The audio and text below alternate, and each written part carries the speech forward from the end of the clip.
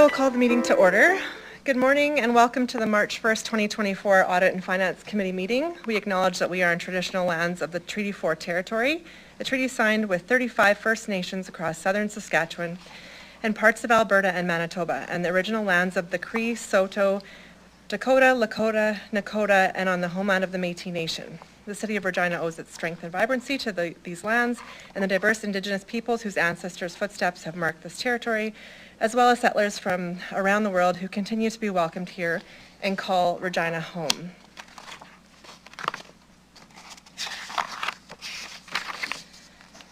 As this is the first meeting of the year, I will begin by calling for nominations for chairperson. In accordance with the procedure bylaw, the chairperson of a main committee of council must be a member of council that has been appointed by the committee. To the committee. Are there any members of council on the committee that wish to put their names forward, or any members of the committee that wish to nominate a member of council on the committee as a chairperson? I'll nominate Jason. For the record? Sure. Councillor Mancinelli, do you accept? Sorry, just for the record, I would nominate Councillor Mancinelli.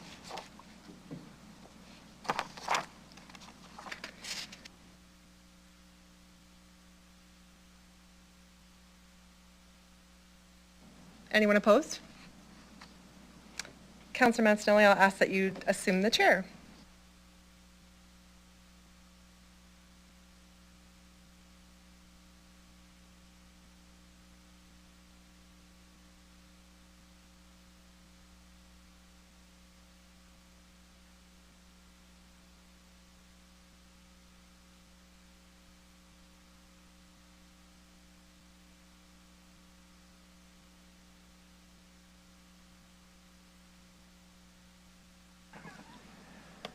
Okay, I'll call for nominations for a vice chairperson, please. Does it have to be a member of council? Nope. No, it should actually be someone. Which of you would like to be vice chair? Jason, I'd nominate Ted. Here we go. Yeah. Second. Ted, do you accept? Sure. Okay, any opposed? Welcome, vice chair. Oh, thank you.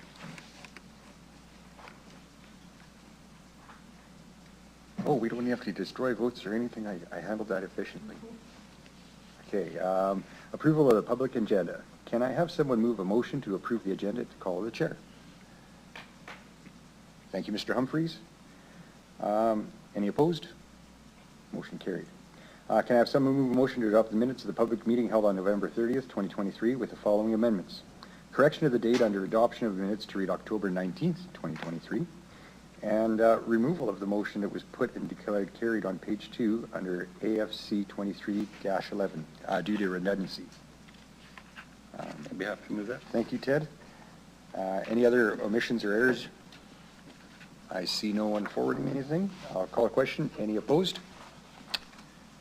Minutes are passed.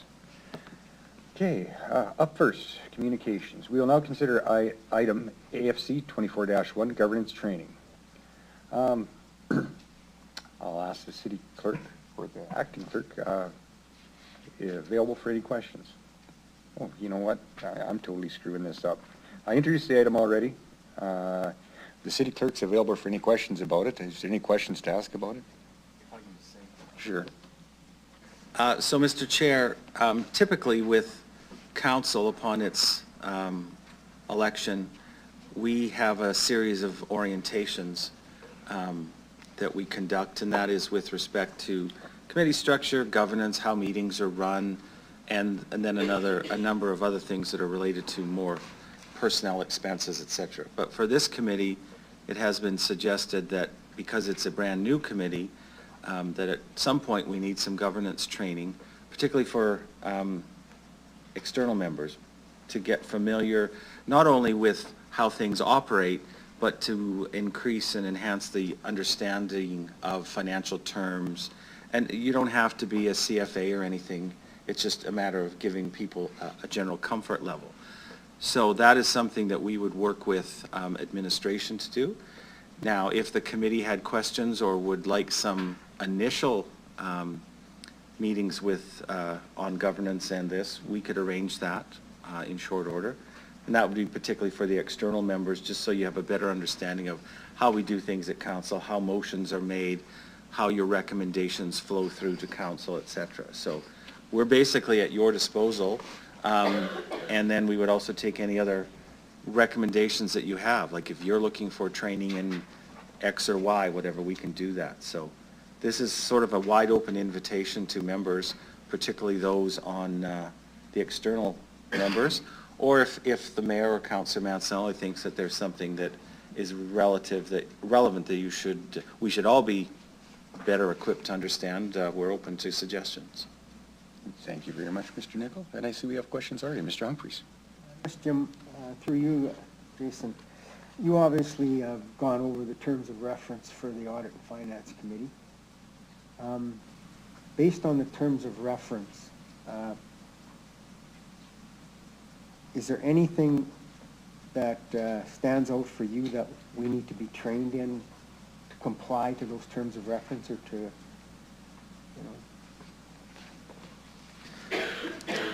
know? Thank you. Through the chair. Again, I might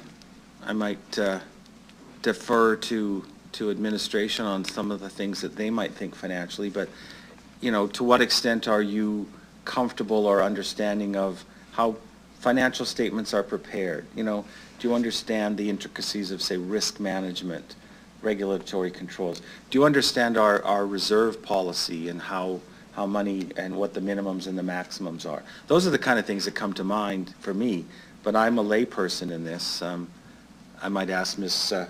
Karlak if she has any suggestions on specific terms or specific topics that you think committee members would benefit from having a better understanding of. Through the chair. So I think some initial training, onboarding training from a financial perspective for the committee to understand some of those items, like financial statement preparation, forecasting, the differences. I know we'll get into some discussions a little later today, how delegations work in the city as well. A lot of these topics are on our agenda today. But there are some key things that would be important for individuals to understand that are maybe not so familiar with the financial side of things, as well as any of the other financial reporting pieces that we come forward. So kind of a comprehensive overview of the different reports and how they're utilized, compiled, how they fit into our financial statements and annual report. Much appreciated. I see Mayor Masters' light is flashing. Hi. So we went looking for some examples, you know. Edmonton, for example, has an audit committee awareness and training sort of pamphlet, and it deals with everything from common terminology to responsibility to terms of reference.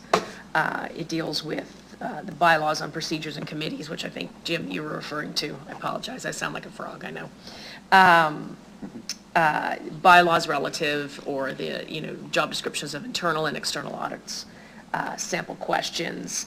And then it goes through the things that you'd be looking for in terms of strategic analysis, process analysis. It's quite a lengthy document, but it was developed externally. And Clayton, if you're there, Clayton Varesh, are you there? Good morning, everyone. I am here. Good morning, Clayton. I guess my question for you is this something that for some of your other clients, or have you done anything like this as it relates to sort of an audit committee awareness training, sort of onboarding, that type of thing? Do you have samples where you do this for other organizations? I personally don't have samples. However, through you, Mr. Chair, Rob Cooling in our office, so he's a partner in our ERS department who Dinakar would be very familiar with and would have helped set up the internal audit framework. He has facilitated that type of training, and he might have hard copy material as well that I could pass along.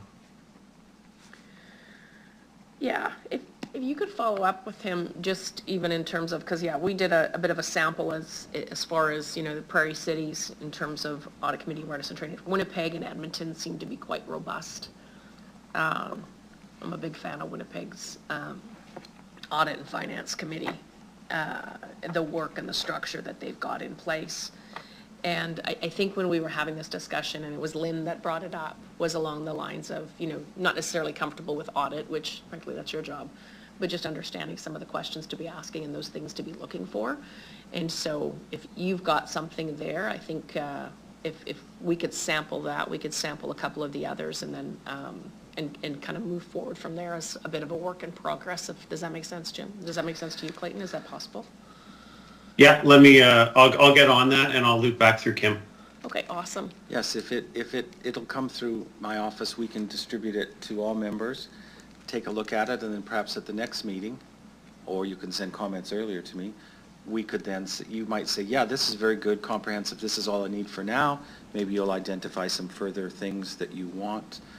It may trigger some stuff, As the mayor said, you're not necessarily experts in the financial audit, but maybe understanding better what Clayton's office does, what Dinacar does, would be beneficial. But again, there's lots of information we can get you, and the mayor's already flagged that Edmonton and Winnipeg are case studies there, so to speak. So we can follow up with you on that. Appreciate that. Please go ahead, Ted. Oh, okay. Yeah, I think this is a wonderful opportunity, and thanks for raising it.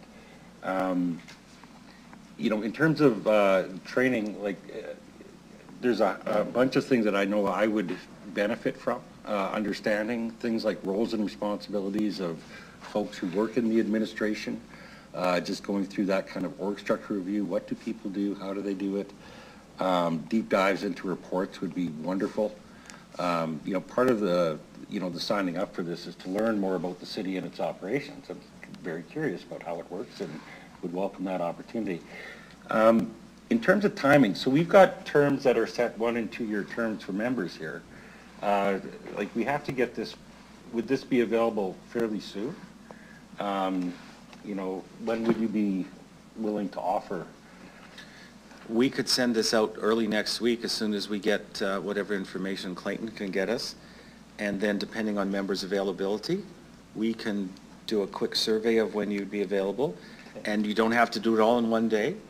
We could do it in chunks. We could do it as part of a regular meeting. Not that you have that many meetings, but you can always call extra meetings. That's not an issue. So a lot of it depends on your availability as well as members of council's availability. If there were, for my ability to attend, if there were smaller, shorter chunks but more frequently, I think that would be really, really helpful. Okay. Virtual would be super easy. Okay. Absolutely. If there was something online, I'd welcome that. Because we can certainly do that. The biggest challenge, to no surprise, is the mayor's calendar. And that's why the virtual might work for a couple-hour chunks every 2 or 3 weeks. I'm sure I can work with your office. And we can make that happen. Yeah, even an hour is fine. Okay. I think you'd get a lot out of it. Single topic and just move on. Right. Okay. Policy, procedures, roles and responsibilities, and it might be easier for the people presenting too. I don't know who we're drawing on or whose resources. Kim's smiling. I know, but shorter might be better as well to accommodate that for admin as well. Okay. And councillors would join? I would. Yeah, that'd be awesome. Yeah, that'd be very helpful for us. We'll follow up too. with you next week. Yeah, having been the previous Audit and Finance Committee and now the startup of the new one, previously I worked hard to figure out the role of the committee and how it helped policy move through, but there wasn't a lot of audit going on with the new internal auditor. I think this is a lot more involved role now, and I'm kind of a quick guy, but I have a lot to learn, and I welcome the chance to learn it, so I hope it's really successful. I know there's a lot of contentions in this committee, and I hope to bring them about. So. One of the, in other lives, one of the ways that we prioritize learning for board members is to just have a list of options of things that you feel you need information on, and just have the folks quickly check, what's your 1, 2, and 3 things you want to learn, and then you've got a ready-made prioritization of, hey, I'm feeling like I'm deficient on financial, speak or whatever. Anyways, just a suggestion for you. Anything else to add to AC 24-1 governance training? Is there a motion? It's received and filed. Do we need a motion drawn to this or anything? Or? Okay, how would you like to go move that? Actually, if I can just Please do. suggest, just make a motion to direct the clerk to initiate a series of governance and training workshops or whatever. We'll work on the wording, Administration just so it's on engage there. the committee. Okay, in if I a- may, in a I would like governance to training move that workshops. the clerk We'll together work, a if you series trust of us with the training wording, we'll get it. programs. Okay. For the same For thing, the committee. Okay. Yeah, we'll make it happen. And I'll call the vote. Is everyone in favor? Anyone opposed? Looks like a unanimous decision. All in favor.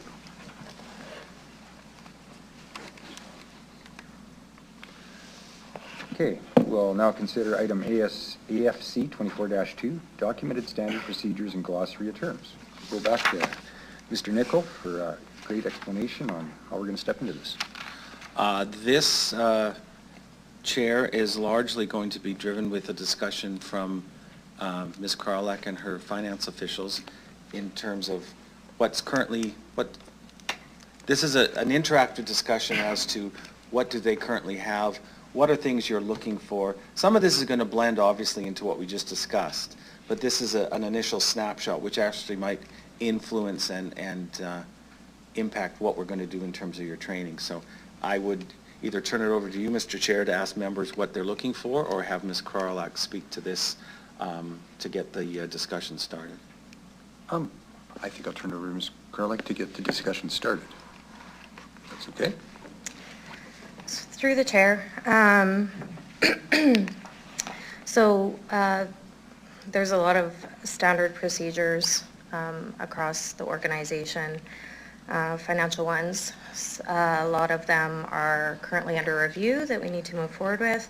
Glossary of terms, I'd be interested to know from this committee what types of terms. There's a lot of different acronyms and such that float around. Are we looking at more accounting terms described in layman's terminology, or what, I guess, would be the glossary that we're looking for? There's a number of different terms across, like I said, the organization. So I just need to get a sense of, do we have some thoughts on what we want to see as a committee, or do we pull something together for this team and share it and get some feedback, or Okay. when we're talking glossary of terms, I'm just looking for more feedback. Is that acronyms? Is that terminology, financially, accounting, specific? Follow through. I know, I'll start the conversation up, I guess. I see no lights on, so a glossary of acronyms would be very helpful. It's very hard to walk into, and the acronyms flow freely. So I think that would be a very helpful thing that I've noted people have asked about and been interested in. As for the glossary of accounting terms, I'll let the discussion proceed because I see other lights coming on, so they'll fill in the blanks. Mayor Masters, please go ahead. Thank you, through the chair. If I remember this conversation correctly, and we polled as many as we could and shared with the committee as it relates to policies around, policies and procedures around financial matters. And so I think the idea is that, and if they're under the review, who approves them in the end? Are those procedures and policies that come perhaps through DINACR to the A&F committee? I think part of the problem is there's no location to go to understand, okay, what governs what. Fair. So there is quite a large range of policies that are financial. Right now, we've implemented in the city a policy committee. All of the governance policies currently go through that committee. For example, out of our recent audits on the inventory, we've undertaken a formal governance for inventory that will be going through that committee. Now, I guess, do we want those policies coming to this committee instead of going through the internal administration committee for review? No, I'm sorry, like, I won't speak for the rest of the committee, but like, we want you to be doing the work, but there should be a transparency about the policies and procedures that are in place. Yep. And there should be almost be reference material that, and where the word glossary came from, it'd be nice to know what policies and procedures were in place. So if we wanted to go, and I'm gonna use the example, not to pick on you, Mr. Downey, but the example I think that was raised last summer, fall, that there was $1 million spend on R&M through roadways. And the question was asked, who approved that $1 million over budget spend? And what's the policy that it's attached to that very specific circumstance? So does that department just get to spend an extra $1 million without approval from somewhere? Because if I'm looking at delegated authority, I don't see it. I see on projects that 750, but maybe again, it depends on how we define it, which then comes back to the policies and procedures. Right. And so if the executive director wasn't aware, like didn't sign off on it, which could be answered to, or not, but that's an example of where's the policy that exists when someone is going to blow past their budget. And who approves that. So that's an example of a policy that should exist from a cash, like a management perspective. 100%. So further to that, capital governance is one of the next items on my team's list to review and have a more formal policy in place. We have a standing committee that reviews capital on a regular basis, and decisions are made at that team to move capital amounts from one project to another. Typically, that would require city manager over a certain threshold, and city deputy under that threshold. So it's really about compiling, getting these formal policies and governances in place, which I have been working on. Of course, it's taking some time. The finance team right now, I think we're all aware, has a little bit of pressure.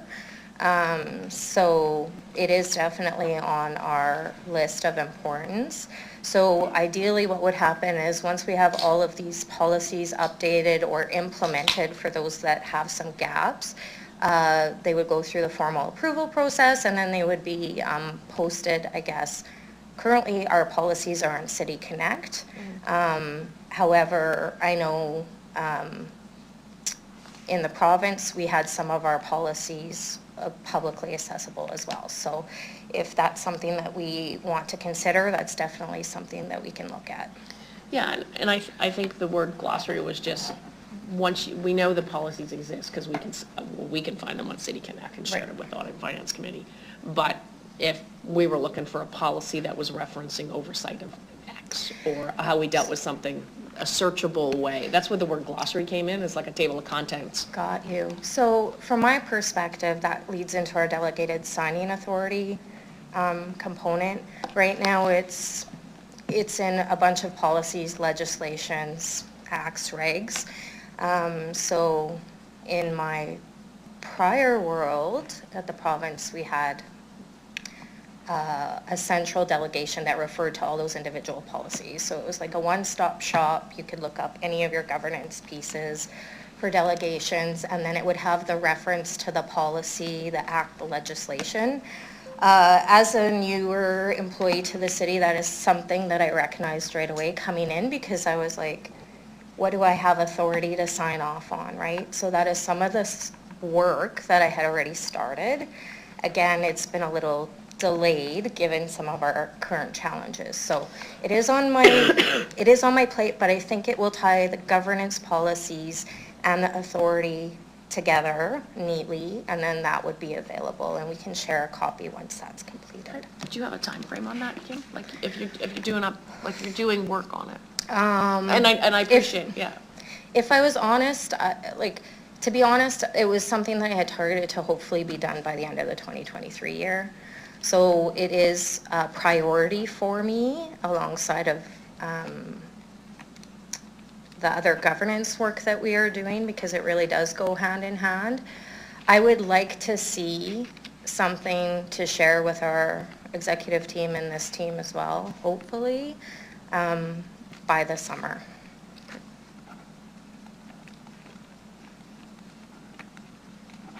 Okay, thank you. Mr. Humphries. Thanks, Jason. And through you, Jason, I have some observations and some questions. And just rule me out of order if you think they're too specific. But we were provided 42 policy and procedure manuals. As well, at our last meeting, we were given the NMP fraud risk assessment document. Now, after reviewing the policy and procedure package we received, which there was 42, we didn't get a glossary of the total package of what's on the city books, but I'm assuming that comprised quite a few of them. And after looking at the fraud risk assessment report, I've come to the following conclusion. From what I know, which is very little, there doesn't seem to be an inadvertent vacuum of policy and procedures, but moreover a systemic effort on the part of some managers to override or disregard the internal controls that are contained in those policies. Although there are definitely gaps that exist in certain areas respecting the creation of policies and procedures and responsibilities, I base my conclusion on the following. There has been a development and review framework established with clearly defined roles and responsibilities. That was part of one of the documents in our package. Monitoring to ensure compliance of policies and procedures by city staff, particularly those with signing authorities, seems weak or non-existent. On the upside, the whistleblower policy is in place, which is good. Management override of policy internal controls was a major issue identified in the fraud assessment. Now that the internal auditor is in place, hopefully that will help a little bit with compliance, although I don't know what our internal auditor's mandate is and responsibility is and authority is in ensuring policies are complied with. It was discussed that we should have a compliance officer, but there's no other jurisdiction in Canada, as spelled out in the report, that has a compliance officer and an internal auditor. So I would suggest that this function and authority be combined with another position, maybe the financial management analyst that was doing somewhat of that position without the authority previously. Now, the P-card seemed to be a major issue. The P-card policy was updated in 2019. The fraud assessment was done in 2021. It states the policy will be reviewed every 2 years. My question to the administration is, has this been done, incorporating the recommendations of NMP? It was stated a strategic procurement partner was hired in 2021 to review P-card purchases to find deficiencies, restrict payment of purchase order invoices, and identify inappropriate use. In the P-card policy that we were provided, I don't see any reference to this partner.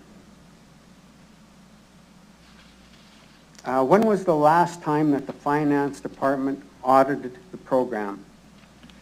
Is another question that I have.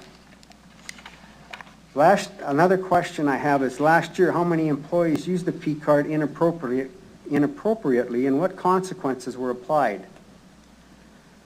Mr. Humphries? Yes. I'm just going to hold you there for a second. Okay, There's you a bet. couple questions rolling off there, and I don't want to lose track. And just a comment as well, to tide over the meeting, and I guess just to make the flow. Sure. Your assessment of the procedures kind of lines up with the review that they're already working on. And where we'll take that with the committee is maybe looking at how that review unfolds or where it's going to go. I think that they've kind of covered that off already with their first explanation on what's going on internally. As for your P-card question and the review on that, that's what I'm interrupting for, to give someone a chance to reply. Who would like to reply to that? On the P-card review. Again, I'm fairly new to the organization, so one of the items that, and I have been working closely with Dinniker, is to look at gaps on prior audits that were done before I arrived, and to ensure that we are making progress on those recommendations. I do think that there is some additional items on the way currently those transactions are reviewed in our current structure, and I am looking for a less maybe manual way for us to move forward. So definitely that one is also on my list to ensure, I think, transactions come in through multiple ways, not just purchase cards, also direct payments. So it's ensuring that we are taking a broader look across all of the transactions, not necessarily solely focusing on P cards. Although the P card program needs to be in line with the rest of our governance policies and procedures. So just making sure that everything is matching up. So those are some of the policies that are currently under review. Again, there's a number of them, so we need to prioritize in order to do a review. Some of the policies coming in, I've noticed, to Mr. Humphrey's point, haven't been reviewed in some time. And some of them have a 2-year turnaround. So our policy committee actually has a 4-year review unless an earlier review is necessary. So we have to determine what's correct for each one of those. Things like legislation changes, public accounting standard changes, audit requirement changes may impact those policies. So we need a more fluid schedule. So does that answer your questions? I think it provides a fair answer for what's going on there already and what the intentions are. I'm just wondering if our auditor has any comments on that as well, possibly. So from an internal audit, through the chair, from an internal audit perspective, we don't overly engage in revision of the policies ourselves because it robs us of our independence when we review the policies. So what we do is, as a part of our audit, let's say we audit inventory, we look at the process and procedures surrounding the inventory module and come up with recommendation to provide more revisions and control improvements structured and embed them within the policy. We come up with recommendations to implement that, and that is how we try and improve the policy and procedures. But that stands with the recommendation. We don't involve ourselves with revising the policy as such. And we follow with management on the status of revisions. So for example, the P card policy, we can come up with recommendations on how we can improve that particular process and then follow up with the management on whether they have done it or not. That's what we do from an audit perspective. Yeah. Mr. Humphreys, please go ahead. All right. A few more of my questions are specific to the policies and procedures we received. Should I hold off on answering those specific questions? If he's got questions, say someone reserve, someone capital, which are all separate discussions, I would encourage him just to answer them or address them when you're on that item, as opposed to just Yeah, thank you for the advice. Mr. Nickel kind of just made a smart comment to me that maybe if they're specific to like a reserve question or another question on the agenda later on, to hold them to that item when it shows up, if that applies. These are not specifically related to those, to the reserve. Let's give them a try and see where they go. Yeah, okay. Is there a competitive procurement policy policy and process in place right now that deals with nepotism and awarding contracts, coercing bids, change order contract manipulation, contractor evaluation process, and contract management protocols? There's definitely conflict of interest where some of that would lie in policy. So we have to follow the trade agreements for tendering processes. When it comes to conflict of interest, employees of the city that are involved with a potential conflict are required to disclose and remove themselves from the process. We have a pretty comprehensive procurement policy as part of our city bylaws as well. There's a significant amount of governance around that. I think our legal team is very significantly involved in everything we do in procurement as well. So I wouldn't say, I guess I would like some clarification around coercion. These were items that were identified in the fraud assessment review by MNP. Okay. Yeah.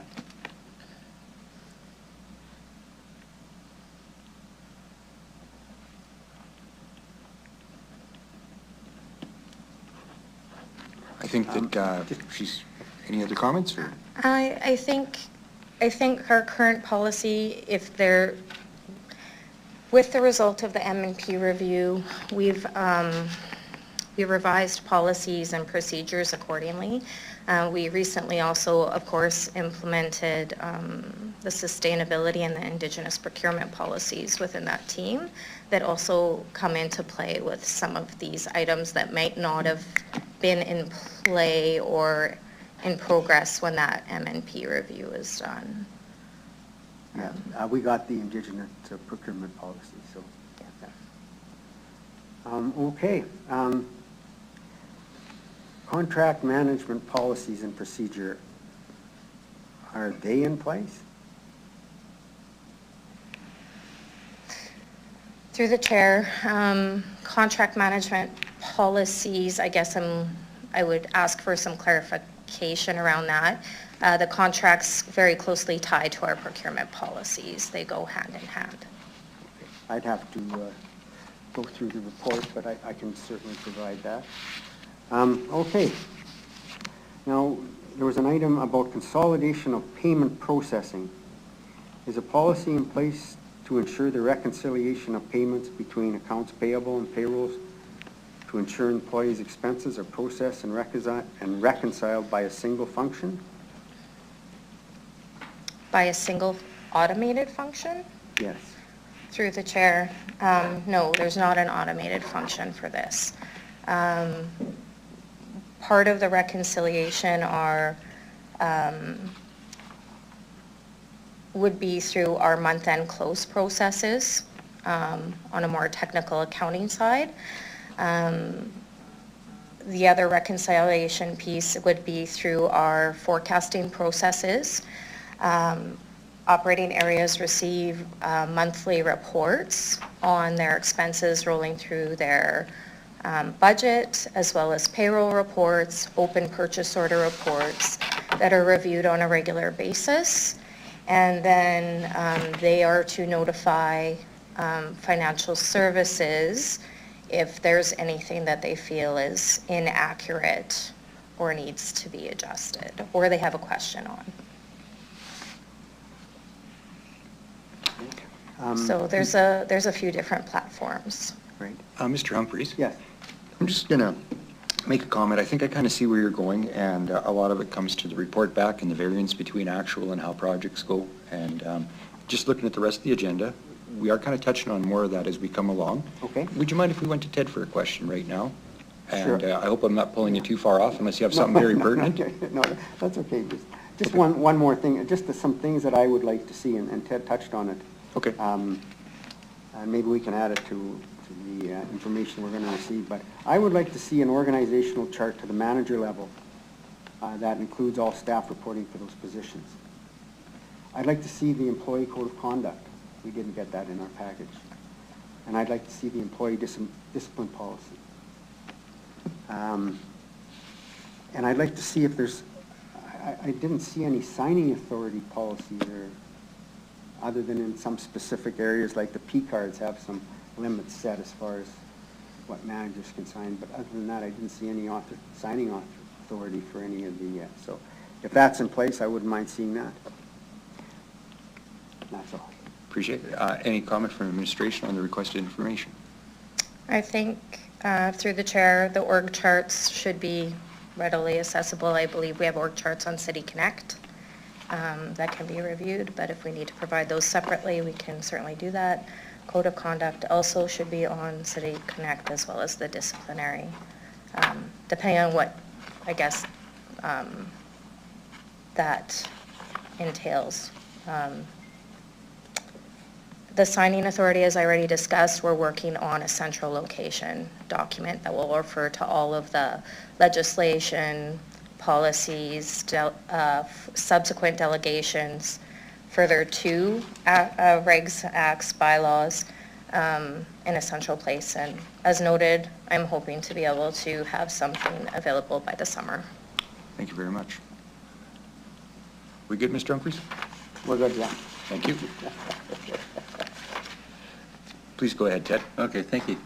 Yeah, just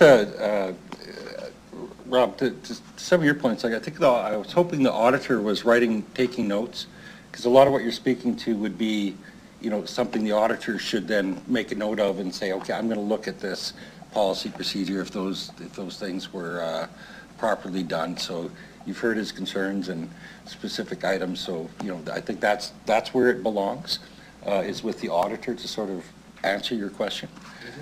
I think so, in my opinion. For some of the other points around training, around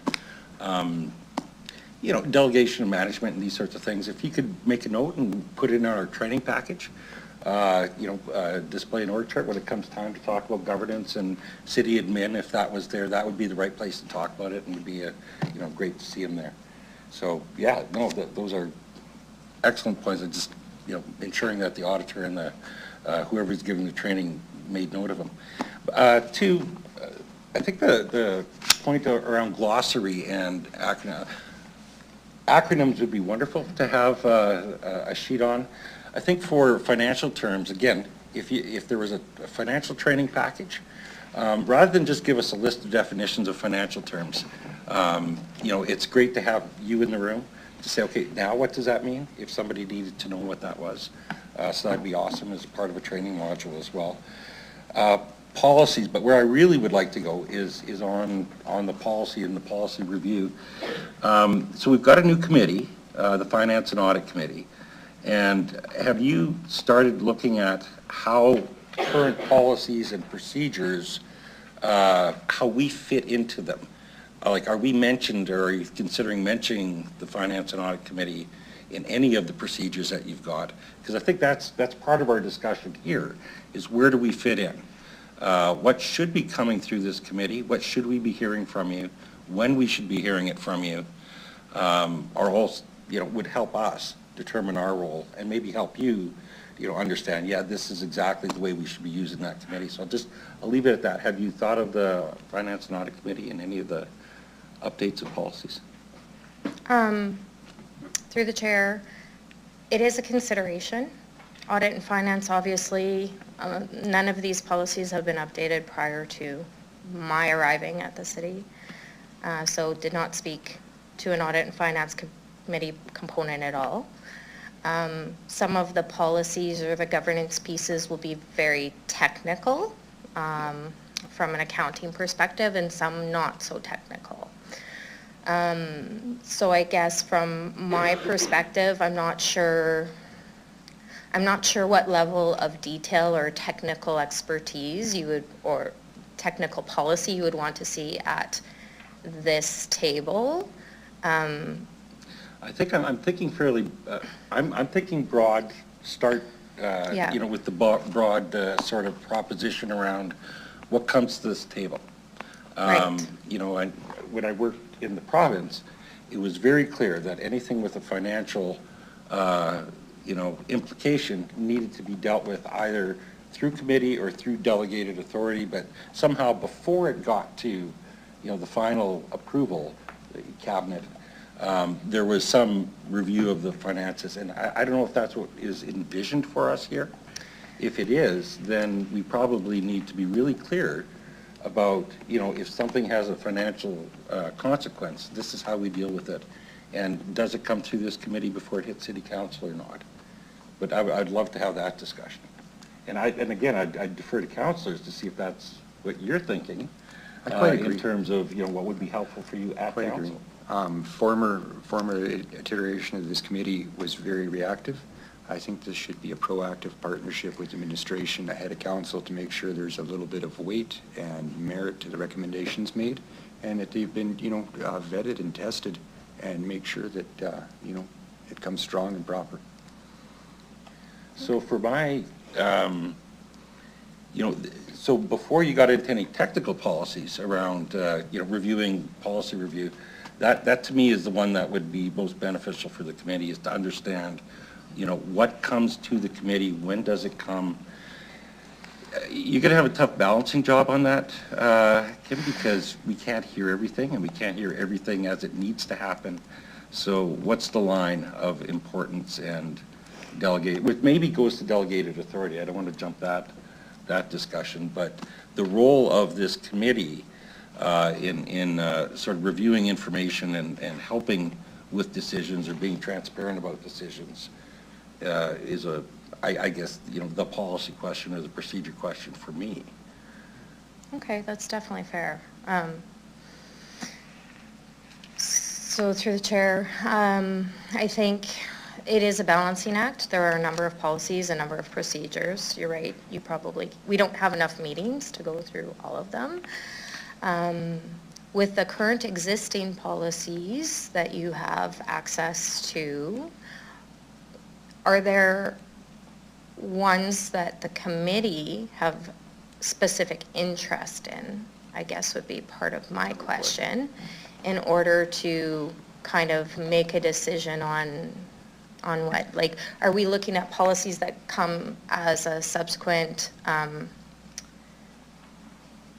of a recommendation from the external auditor, for example, changes to those policies based on those recommendations? So, Or, yeah. So on reviewing of specific policies, I expect that you probably got some cycle of going to that policy, reviewing it. If there's something that comes up, reviewing it for that purpose. right. Or that recommendation. Hard to say, that we'd want to see every single policy amendment, like you should, I don't know where you vet them. If council ultimately has to approve them, I expect. Any change in policy or some delegated to the city manager, where the city manager can say, yeah, here's the new policy, and I'll just give you that as information. So through the chair, I think it depends on the nature of the policy. Yeah, And if it exactly. ties specifically to legislation or the bylaws, then those items would come through to council. So I think those ones would definitely come through audit and finance before they go that route. However, I think that there are other ones that don't require that. But is there still an interest by this committee to see those items? Well, not knowing what they are, and Right. I guess if So I they're- guess what we can yeah. do through some of that discussion, what we can do is kind of go through our current listing, identify the items that are impacted through bylaws or legislation, and those items that would come up through, and then the other ones that maybe don't require council approval, but maybe have some risk components to it that we would bring to this committee. Like, we could make some recommendations. So I think, I love where you're going with this, Kim. There almost needs to be criteria around what you bring and what you don't bring, because, so is it substantive to legislative change or bylaw change? Does it have a financial consequence of some dollar value? Would probably be a good one as well. Does it have implications for control or positions? Maybe things like that if you have policies that have substantial changes in your organization or a spend or some kind of obligation, perhaps those are things that we'd be interested in. It might be helpful for you to vet them. Things that don't have a substantial spend or can be done part of your operations or don't require some kind of governance change, just report on and let us know that you've done them. But somehow you need criteria for what you bring forward in a review. And those might be financial, governance, organizational impact or 3 areas that may have criteria that would help you decide. I don't know what they are. Right. Or I don't know if anybody else wants to weigh in on that, but. I think your comments of not knowing so hard to say are very apt. So I don't have an answer for you, and we've got the package of policies. I did look at them, breezed through them about a month ago. Boy, that's a tough read. That's not for bedtime. So I don't have any very specific comments on any of the particular policies, but I will go back to, I think this committee, somehow we need to be attached to policies and procedures. I think, again, there needs to be some criteria around what gets brought to the committee in terms of spending or change or decisions that you're making within administration. It doesn't have to be everything, but there's got to be some kind of threshold to why you would bring something here. And then there's got to be a commitment of, does it come around timeliness, does it come here before it goes to city council? And I'm hearing councillors say that's what they'd like to use the committee for. So, without being a bottleneck to your administration as well, because I've been on the other side of that, Kim, as you know, and you're just, pulling your hair going, God, I need this decision tomorrow. Frick, I got a committee to go through, Things can change fairly quickly, Yeah. Okay, I'll leave my comments. I guess another consideration is calling, if we had something that was relatively time-sensitive that needed to go that route, calling a special committee meeting. Or even reviewing with the chair and Right. vice chair or something like that. I know that's a procedure you can do, if committee is willing. We've done them by email. There's ways to deal with items that are quick. But Properly work around it for sure. Okay. But again, you'd need a policy or procedure on that, right? Like, write it down so we know what we're doing. Noted. Thanks, Ted. Thanks, Ted. I see Mr. Humphries has a light on, but I'm going to interject for one question first. We were kind of talking about the review cycle in some of these policies, 2 or 4 year. I was wondering if the auditor maybe had a comment on the time cycles that we're reviewing at. I know that, having a short time cycle is more administration, more work, but oftentimes when you're looking at spending and things going sideways, there's advantages. Any insights? Through the chair, Sorry. through the chair, every policy has a different cycle for review. Depending upon the complexity of the process, how frequently we change the procedure around that, it has an independent cycle. So there is no one single rule that policies have to be, reviewed annually, and there is no practice, even in other cities for that. Whenever we change a procedure or we operate in a process that is very complex and requires some legal and changes to be made by it, or is impacted by the external environment, those policies, the frequency of review is maybe annual, even once in 2 years. Those policies and procedures which are not impacted by external environments and procedural changes, they have a significant period for review, say once in 3 years or even 4 years. So there is no standard timeline for that. Mr. Humphries, please go ahead. Oh, thanks. Through you, Jason. I agree with everything you said. Yeah. And I've got all 42 of the policies that they sent us memorized, so if you want any page, and, that's what it does, that's what it does to you. So anyway, but I think maybe a start too, it would be the glossary of policies and procedures. Like, we got 42, but I don't know, is there 1,042? I just don't have a good handle, just like your question, Ted, like, you just don't know what's there, so it's really hard to assess which ones we should review and which we shouldn't.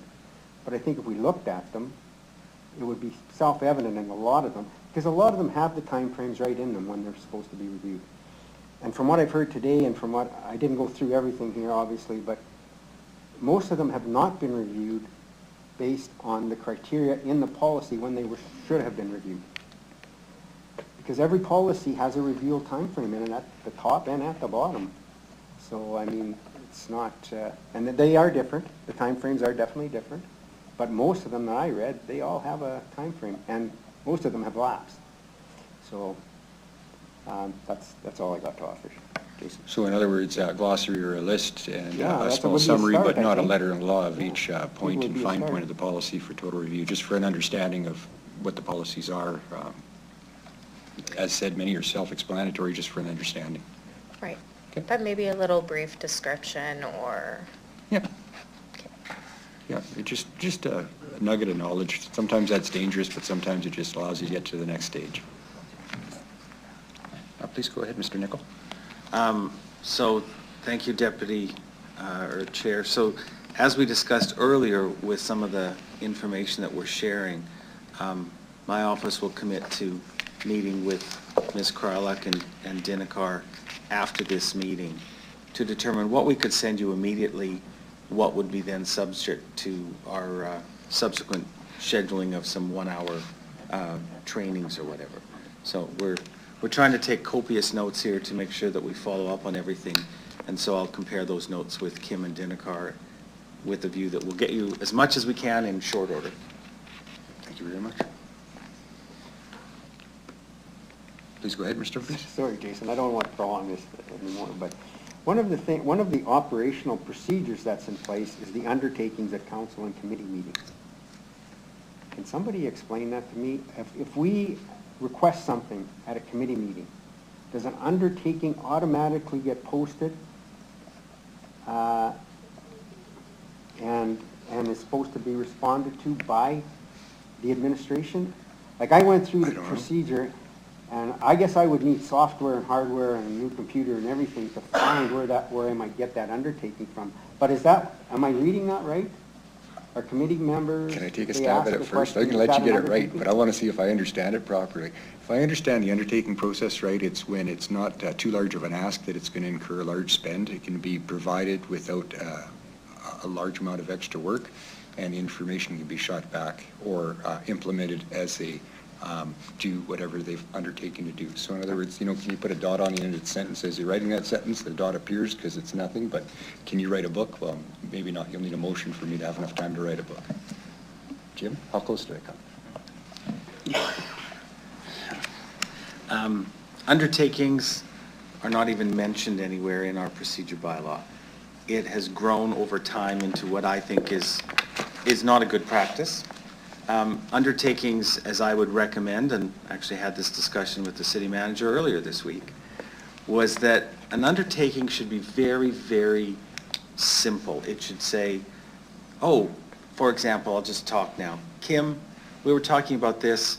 Could you just send me a copy of that? Very simple. But on the other hand, if you're directing a lot of work to be done, or I would like to see a comparison between Calgary, Edmonton, Winnipeg, Vancouver, I would respectfully suggest that you should make a motion on that.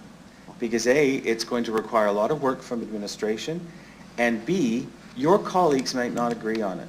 Absolutely. They might say, why are we spending all that time on it? So it's a respectful thing to all members to say, yes, we collectively think we should be doing that. And if that's the case, make a motion, we get it on the record, and it has a specific time frame. Undertakings that meander into a whole bunch of things get so open to subjective interpretation that by the time it might come back, it's not necessarily on the mark. So I don't know if that helps. So through you, Jason. So Jim, what we've asked for today as far as information from Edmonton, the glossary, the financial, that's not big enough? Or is that too big to be an undertaking? Or Yes, is- I think that we covered that off in the very first item where I said, no, let's just make a motion and we'll work with it. Okay. So anytime, I think today it would be an appropriate, good start that every time you were collectively asking for information, you put it in the form of a motion. Janice and I will craft those because, I mean, with respect, the conversation is, there's a lot of things going on here, so it's going to be very difficult to capture everything. But if you trust us that we understand the intent of it, we'll compare notes with Kim afterwards, and that will be what will form the part of the minutes. You will see the minutes, and then you will say, yeah, that meets what we were looking for, or if we somehow egregiously missed something, you would raise that at the next meeting. They have a process in the operational procedure for undertakings that's multiple pages. Yeah, Using and what they do in finance, yeah, I'm just talking about the undertakings that we often hear at committee All right. or council. Oh, this is specific to finance, I guess. Yeah. Okay. All right. Good. Okay, I see no more speakers to that item.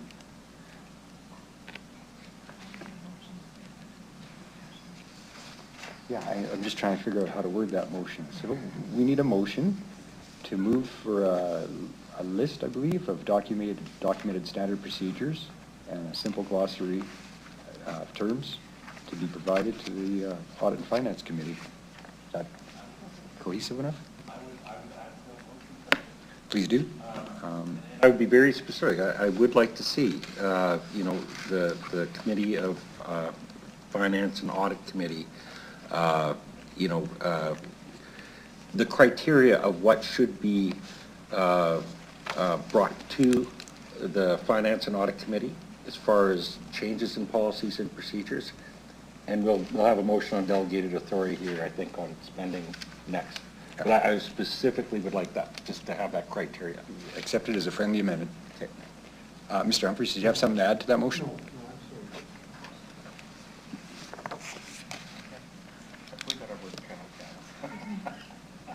Thanks, guys. Okay, great. Are we getting that? No. With the package that Jim's putting together for us that we just passed the motion for, is the Edmonton and Winnipeg information contained in that? Yeah.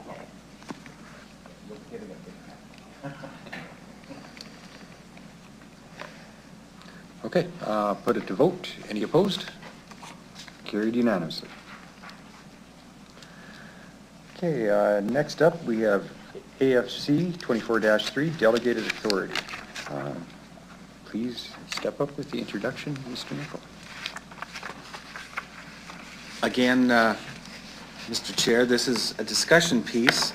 Primarily, I think the objective here is for administration to explain to members of the committee what the current delegated authority is. I think Ms. Karlak already commented a little bit earlier on this.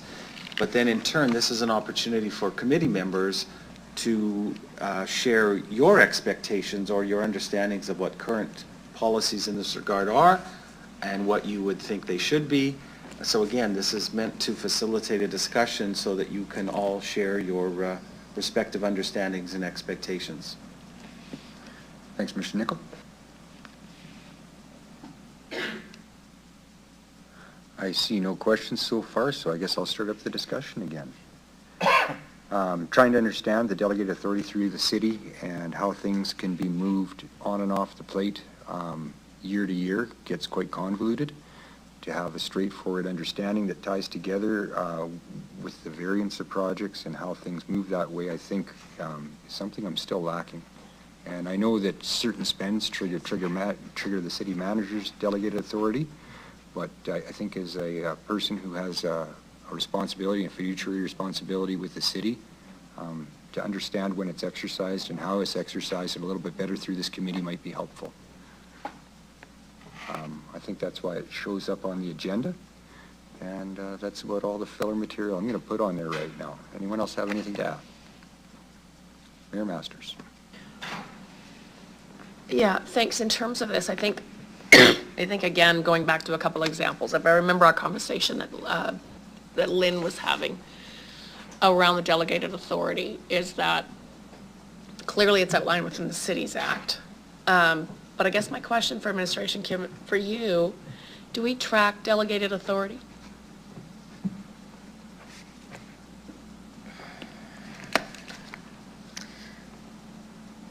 Through the chair, we do track delegated authority. There's a number of different ways for delegation to occur. Sometimes it happens through procurement memos. Sometimes it happens through memos from the city deputy manager or from the city manager level. If the Cities Act or if our bylaws allow for those delegations to happen. So they are tracked. However, they're not, again, just to reiterate what I said earlier, they're a little bit scattered throughout different documents and different processes. Delegations can also happen at a project level. So it's trying to ensure that when we have the central delegations captured, that we are indeed getting every level of those delegations into one place for reference. Okay, so in terms of, when you came over, recognizing that that was probably a bit of a shortcoming, is that we actually don't have sort of a central reference section? Is that? That's correct. That's kind of what we're saying?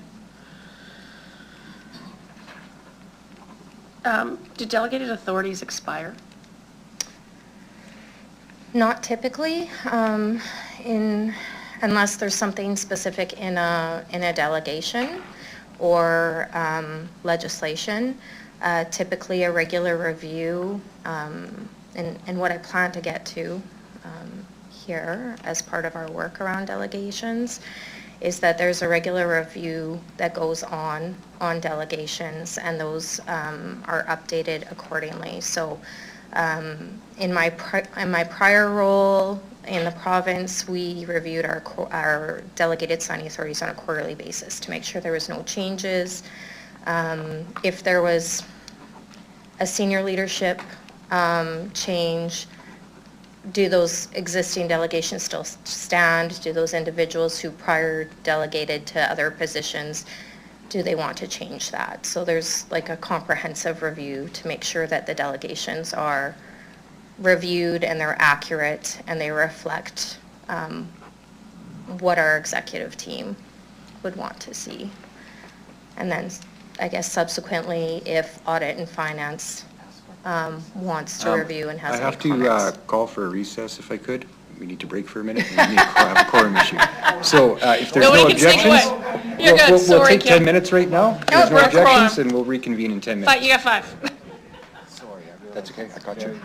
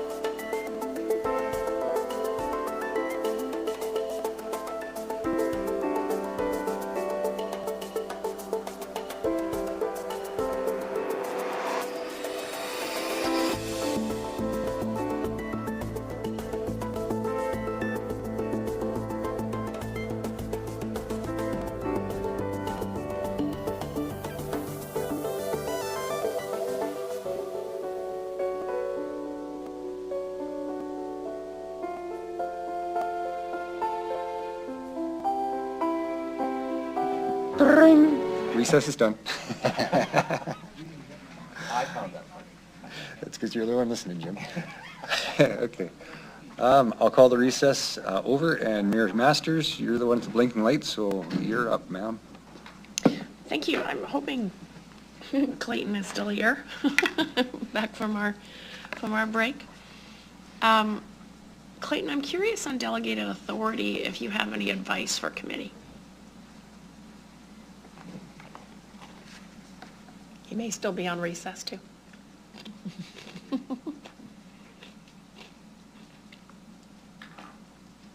Don't mean it. Father was a teacher. He His- knows what it's like to be back from recess. His father was a teacher.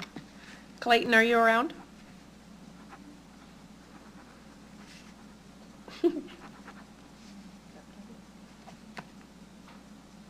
Man, he's gonna get detention. Yeah, he's gonna get detention. Is there Maybe- another question or something we can Yeah, pause to, or? I think, Kim, like when we talk about the movement of money between accounts, so if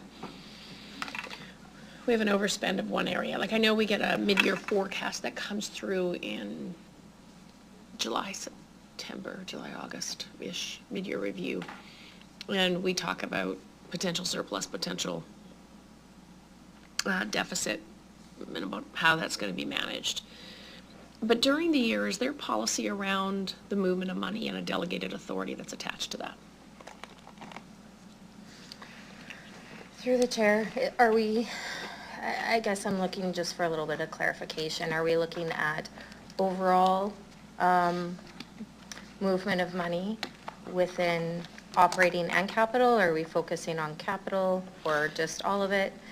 I think both. I think the premise, and I could be wrong, but I'll look to Jason to see if Councillor Mancinelli, to see if he disagrees with me.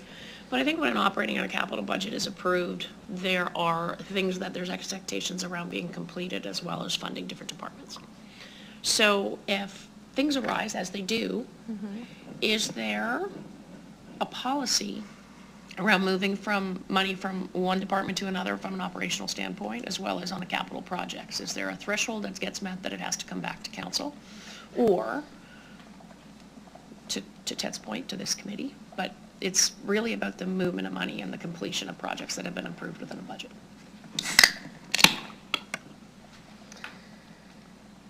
So I would say that goes back to the capital governance work that we are proceeding with through the chair to tighten up those pieces of authority to make them clear, because I think I wouldn't say that there's one consistent approach, and perhaps to go back to some of the prior conversation, perhaps the criteria on specific areas has not been clarified, or in some instances with changes at different levels in the organization, that some of that knowledge or those memos have kind of been displaced in some of the delegations. But typically on a capital project, our direction is any funds that require movement between capital projects, anything over $100,000 would have to go to the city manager for review. I think some of that has been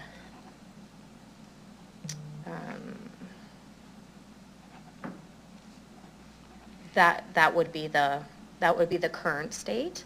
Anything under that can be approved by the city deputy. Now, through the forecasting processes, we're reviewing quarterly, or we did in 2023. In 2024, our plan is to start with monthly forecasting that would provide, because I think the quarterly is probably not providing us enough time to properly assess and pivot. And then we may need to make some quick decisions that could impact projects going forward. So I think going forward, a regular monthly review and forecasting process of both the operating and the capital will help mitigate some of these items and assist us in identifying them ahead of time, so that maybe if we do require, there's a need to come back to council, then we have that ability to do so. And we have, I think the Eastern Pressure Solution would be a project that would be a consideration, where we knew there was going to be a significant change because of inflationary cost to that project, and we did bring that report back forward. So that would be one example where we have come forward. Right. So back to my question about, there is a policy in place then? It's a delegation, I guess I would say. We are working on a formal governance policy. Thank you. Thank you. That's where I was going with it. Yes. And what's the threshold for reporting into council? I appreciate $60 million. We'll ring that bell. I get it. But what's the threshold for when it should come back perhaps to the Audit and Finance Committee for being offside of budget? I would say at this time, we don't have a specific threshold. Okay. But I would say if it's significant and we know we're facing a deficit, or it's impacting other projects that the city's proceeding with, that we would bring that back to this table for discussion. But there's no policy to that effect. Okay. Right. There isn't, and I think that's one of our first steps, is to get that governance policy in place, so that the entire organization and this committee has something to refer to, that we all know what's expected of us. Yeah. No, I think that's fair, Kim. Thank you very much. Clayton, are you around now? I am here. Thank you. Thanks, Clayton. I have a question, because we're just chatting about delegated authority.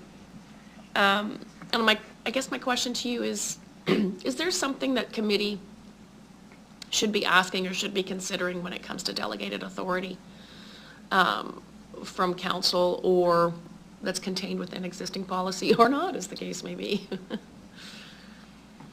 Like, honestly, as your external auditor, I don't have any insight that I can offer on delegated authority, or, the process that should be followed from the audit committee delegating requests. So, like, are you, I guess through you, Mr. Chair, if I could just have you clarify the question, Mayor Masters, are you looking at the asks that the committee has for those to follow up and report back, or are we still on what Kim was just speaking about with respect to when items need to come back to council for that have been approved in the past that have gone past budget? Is that the control you're speaking to, or is it the asks of the audit committee that you're asking? I think foundationally, which would be a little bit of the work that this committee is trying to get to, is foundationally, and Kim keeps referring to it as she's building up governance and whatnot, is that I don't know that any member of council could tell you what the delegated authority is, or what has been delegated in the past, or who is allowed to move money between departments or between capital projects, and what the threshold is for those to come back to council, or what has to be reported, what doesn't have to be reported. And so there's an accountability and transparency issue. But as well, it's oftentimes at budget time that council is surprised by things that are either on a carry forward basis or whatever. And I know that part of that has to do with quarterly financial statements and lack of reporting on capital projects. I know that. But in terms of the delegated authority, I guess my question was, and it's fair if external auditor doesn't have a comment on it, but it's more a matter of how is that covered off in other organizations? Yeah, so, I think, well, number one is what are the, so I don't have an answer for you on what's covered off in other organizations with respect to municipalities per se, but would offer that I think when is it appropriate to delegate authority needs to be reflected upon and agreed upon between council and administration.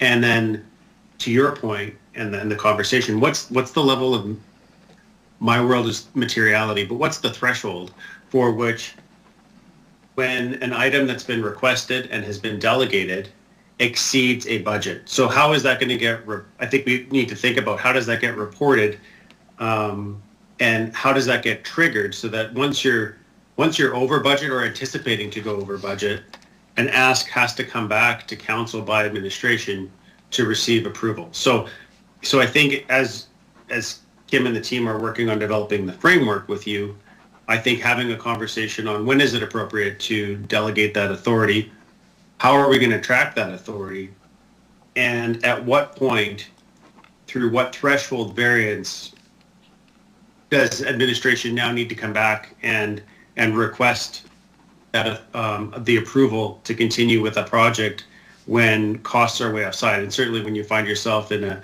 inflationary environment that we're in, costs, and like just to share with you folks, Buffalo Pound, for example, and Ryan's done a great job of managing that, but the costs on some of those projects, you wait a year and a half and those costs are significantly higher than what they were when you originally started out. So it wouldn't be uncommon to have projects that were approved and delegated carry over into another year, but experience much higher costs. So what's the threshold that the committee's comfortable with or council's comfortable with whereby that delegation of authority no longer applies and needs to come back? And I think the foundation of what we're talking about or what you're talking about is risk.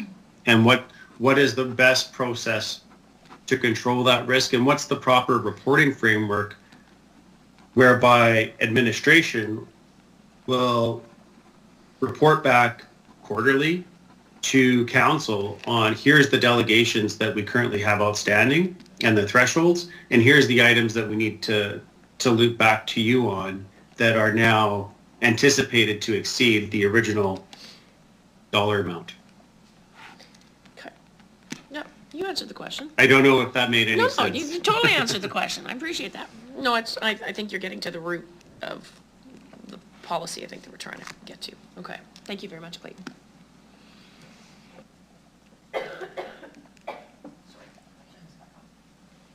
Turn my light back on. Please go ahead, Mayor Masters. Sorry about that, through the chair.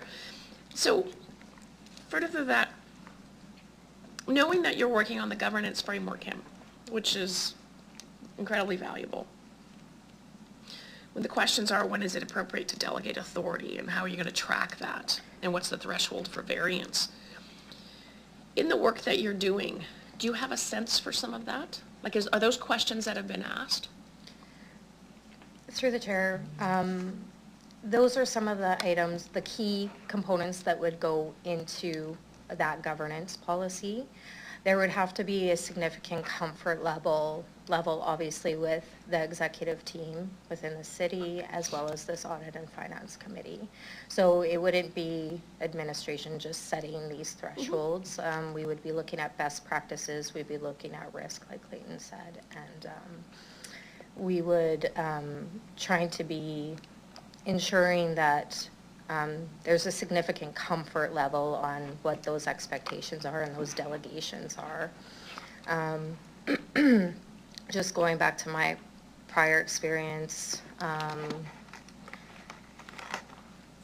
basically we did a review and our minister and our deputy had to sign off on any of our changes to delegations on a regular basis. So this would be a similar process. It would go through our executive team and then it would definitely come to this committee.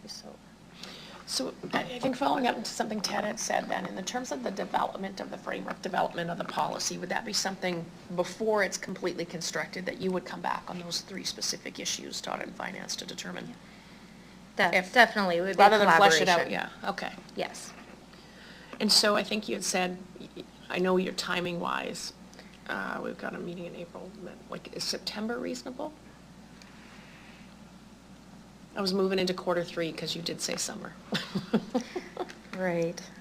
So definitely the current existing state of delegations is what I'm targeting for summer.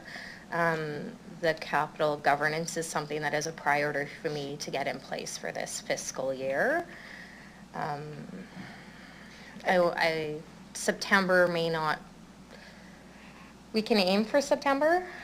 I am hesitant to commit to that date right now, just given with some of the new staff that are coming on and such.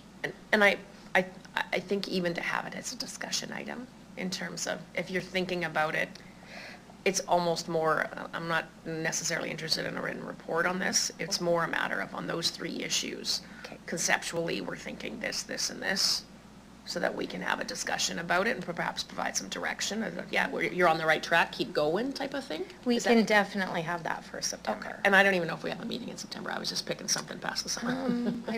August We or do, September. okay, we do. We Yeah. do have something in September, but just even for discussion purposes. Okay. To allow for a feedback loop, to make sure that you don't go 6 months into the work and come back to us and we're like, nah, no, type of thing. We'd rather actually be collaborative on it if that's possible.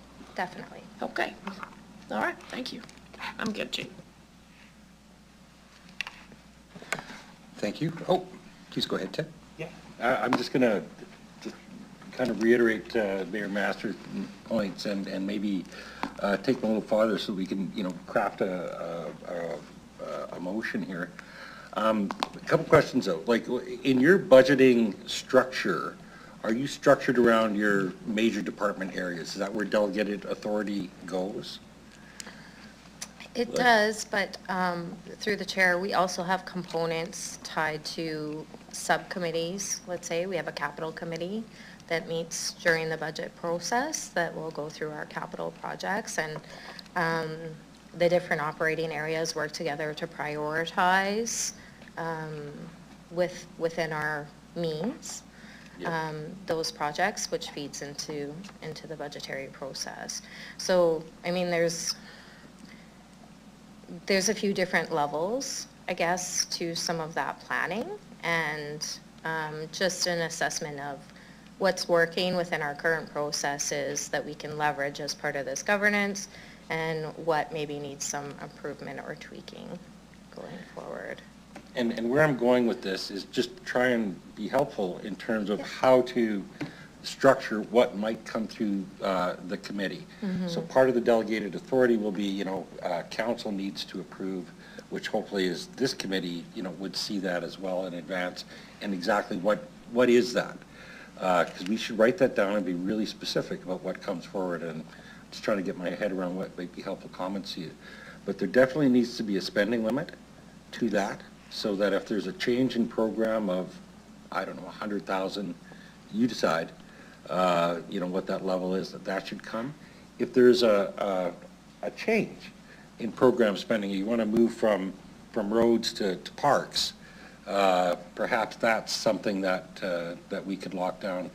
Part of the transparency when we were with the province, Kim, you remember, we had votes, sub-votes, things that were really specific about where you had authority to move money from and where you didn't have authority to move money from. And you don't get that perfect, but it does add a layer of transparency, like forced transparency. So if you could define, here are the major areas, the 4 divisions of the city, also capital. I'm not sure how funds come into play here. Maybe draws on funds is another one. But just what are those criteria around any change in money that absolutely has to come to the committee? Because that'll force a bit of a discipline around, decisions. If you say anything over 500, anything over 100,000 that is transferred between programs has to be vetted, And again, there might be faster ways to do that. You don't want to be a bottleneck. But I'd love to see very specific criteria of what comes through the committee and it would kind of enforce a transparency and a discipline around the organization. So is that something in September, or is that also part? Because I think that has to be clarified fairly quickly before you do other things. Through the chair, yes, I would say that would be part of our initial discussion, that we would try to do that work and then come up with a recommended approach, and then if there are thoughts from this committee in the meantime, but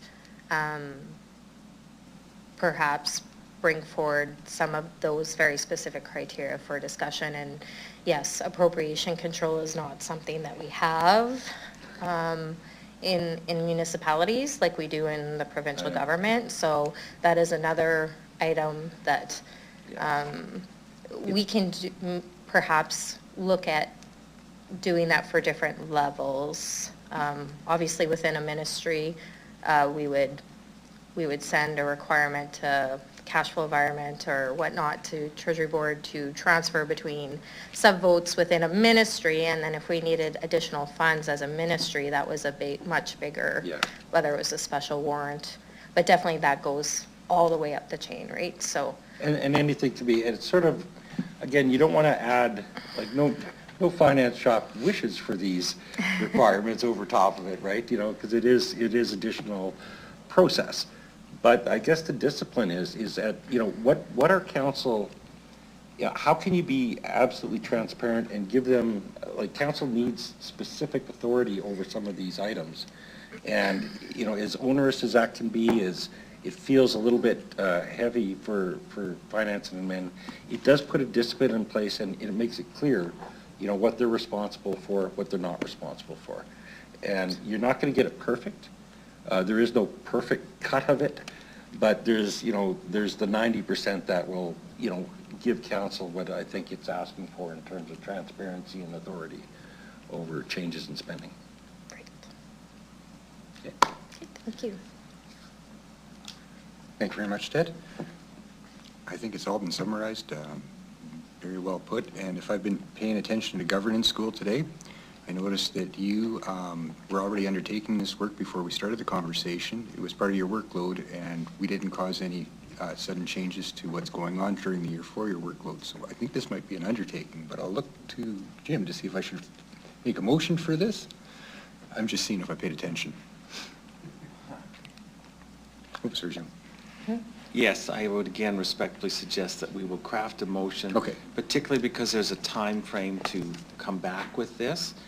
And again, with respect to the members and whatnot, we typically would not, I'm going out on a limb here, typically we would not send out the draft minutes to members of the committee.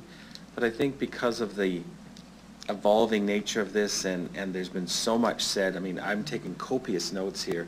I think that Janice and I will work with Kim and send you a draft of the minutes so that you committee members are confident that we've captured this, because these aren't simple single motions. There's a lot of information in here. So if everybody's good with that, leave it with Janice and me. We'll craft a motion and particularly get the points that you're looking for. Appreciate that. So with that, for having to craft a motion, what should we do? Refer this? Table it? Just say direct administration to come back by September and we'll work on the specifics. So, yeah, It's not the best way to do this, but this is pretty free flowing, so yeah, give us some discretion here. okay. So, yeah, a motion to direct administration to come back to the September Audit and Finance meeting with a rough draft of some concepts concerning the delegated authority. Can I get a mover for that? Thanks, Ted. And any opposed? None. Motion's carried unanimously. Okay, and something we've touched on already, but we'll consider a little bit more deeply right now is item AFC 24-4, quarterly financial statements preparations. So again, Mr. Chair, this is an opportunity for administration to share with you work that they currently undertake, the current state of play with respect to the preparation of quarterly financial statements, steps they're taking to perhaps improve this or revise it. It also gives you the chance to ask questions of administration outlining your expectations. What would you like to see? How would you like to see it, the timeliness? So again, this is just another in a series of discussion items so that administration can better prepare work for you in the future. Okay, I see Mayor Masters' light flashing, but I noted that this has already been considered by administration. They've put work into this. Is there anything else you want to share about that before we start peppering you with questions? Through the chair, I think I just want to clarify, when we are discussing quarterly financial statement preparation, are we speaking of the quarterly forecasting processes and the reporting coming forward? Or are we looking at formal quarterly financial statements? I would have to think that we're looking, well, I know that later on we start coming into capital project reporting and reserve fund reporting, so this wouldn't be directly tied to variance at this point. Yeah, I think it would be general quarterly financial statements of to-date spends and limits and balances is what I'm taking this at this point for what we've devised the agenda to. So essentially, through the chair, unaudited financial statements at the end of each quarter. I believe so. And the only reason I'm saying that to this point on the agenda is, like I said, capital, I'm more interested in variance reporting, but that's going to come more back to the capital project side of things. So for this point, I'll take it to that. And we crafted this agenda together, so I'll see if anyone else has any comments to the point. Mayor Masters, your light's flashing.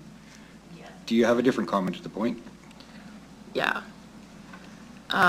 Separate and apart from capital, I'm looking for what we get from Economic Development Regina, what we get from Rio, what we get from the Police Commission. It's the actual financial statements which deal with adopted budget, the variance to budget, the forecast for year end, the percentage off by department, actually by line item. So I got samples if you want to see them, which, to be honest, I suspect this would take, you can correct me if I'm wrong, but if I was a betting woman, it would take you between 12 to 24 months to come up, because you need a controller to be doing this stuff.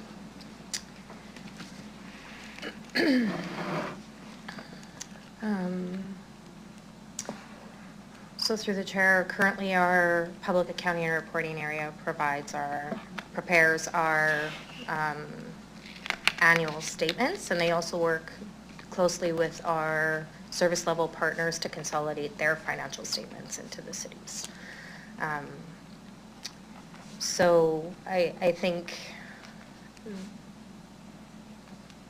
we have an area that would be able to facilitate some of that work, but I think some of the discussion on quarterly financial statements would lead into some of the other discussion that we would be having April 9th or later in this session regarding the budget format, aligning some of our other financial reporting to PSAS.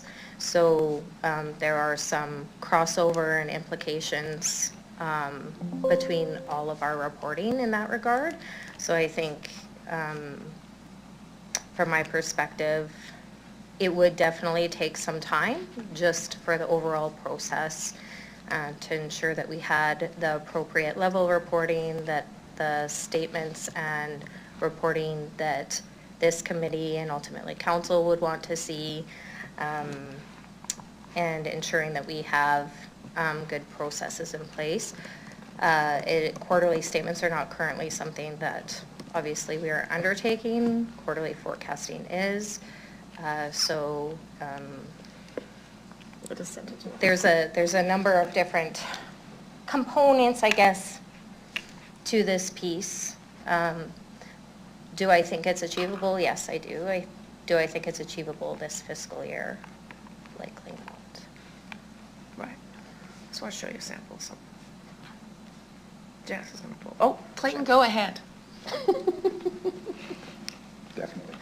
Thank you so much. So I was going to ask you a question anyway, so you go ahead. Okay, perfect. So just to be clear, like all of these organizations, Economic Development Regina, Regina Downtown, Warehouse, they all have their separate either board of directors or in some cases board of directors and also an audit committee on top of that, who, you know, because we're the auditor, I do see that there is quarterly reporting happening at that level.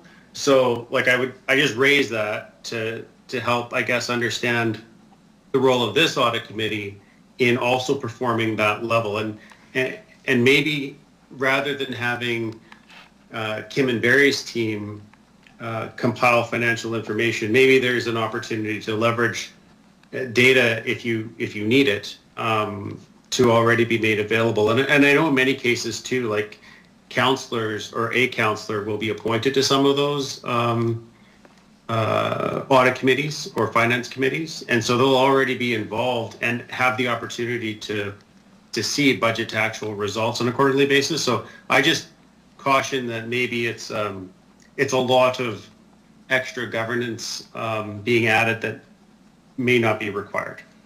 Yeah. Respectfully. Yeah, and it's actually just, it's more of the city stuff. It's actually just more, it's completely bizarre to me that the city of Regina, whether it's audit and finance or council, doesn't get quarterly financial reports showing what budget is, what's been spent year to date, where the variance is and what the forecast is by line items. It's actually bizarre. And when I talk to other cities, they agree with me. Because you cannot possibly have fiduciary oversight without this type of reporting. Am I wrong on that, Clayton? Not at all. No, 100% right. In order for you to govern, you need to understand, like, if budget's been established, how are you holding city administration accountable to that budget? For sure. With respect to getting EDR's financial reporting, though, brought up on a quarterly basis, budget to actual results to this committee, I would offer that may be just another extra layer of work that's not required if EDR's already got a proper quarterly or monthly. Yeah, I understand what you're saying now. I was just using it as an example of our municipal corporations get this quarterly reporting. The police commission gets this quarterly reporting. I just think we should have this for the city. I don't want theirs. I don't want this committee to have theirs. I appreciate what you're saying, but it's actually when our smaller corporations produce this type of reporting, I think it's appropriate that the city produce this type of reporting as well. Absolutely. For itself. Do you want to? Clayton, I'm just going to put up Winnipeg's just to show an example of their quarterly reporting. Just so the balance of committee can understand what I'm talking about.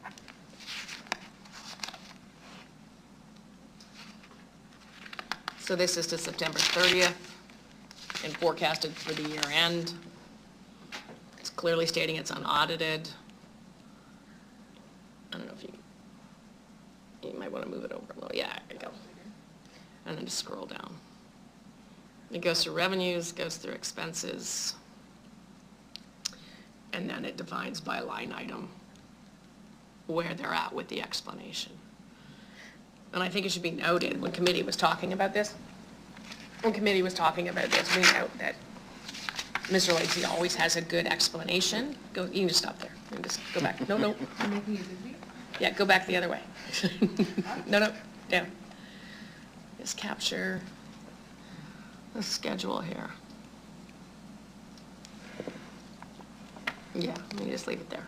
But that idea that on a quarterly basis, you would be able to track by department between revenues, expenses, and variance and forecast. And I don't know, and Ted, maybe you can answer this question, but is this not something in terms of quarterly reporting that you would see?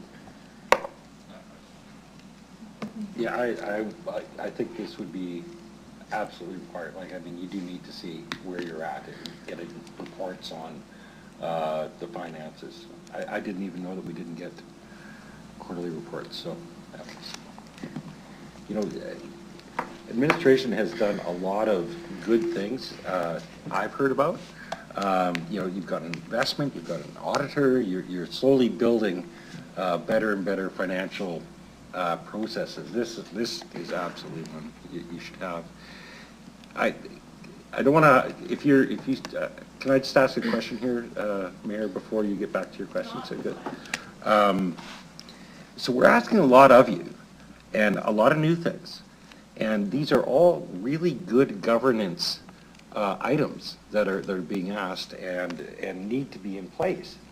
What resources do you need to do this? If you could get some bodies, some contract work, something to get this work done this year or on a timely basis, what do you need?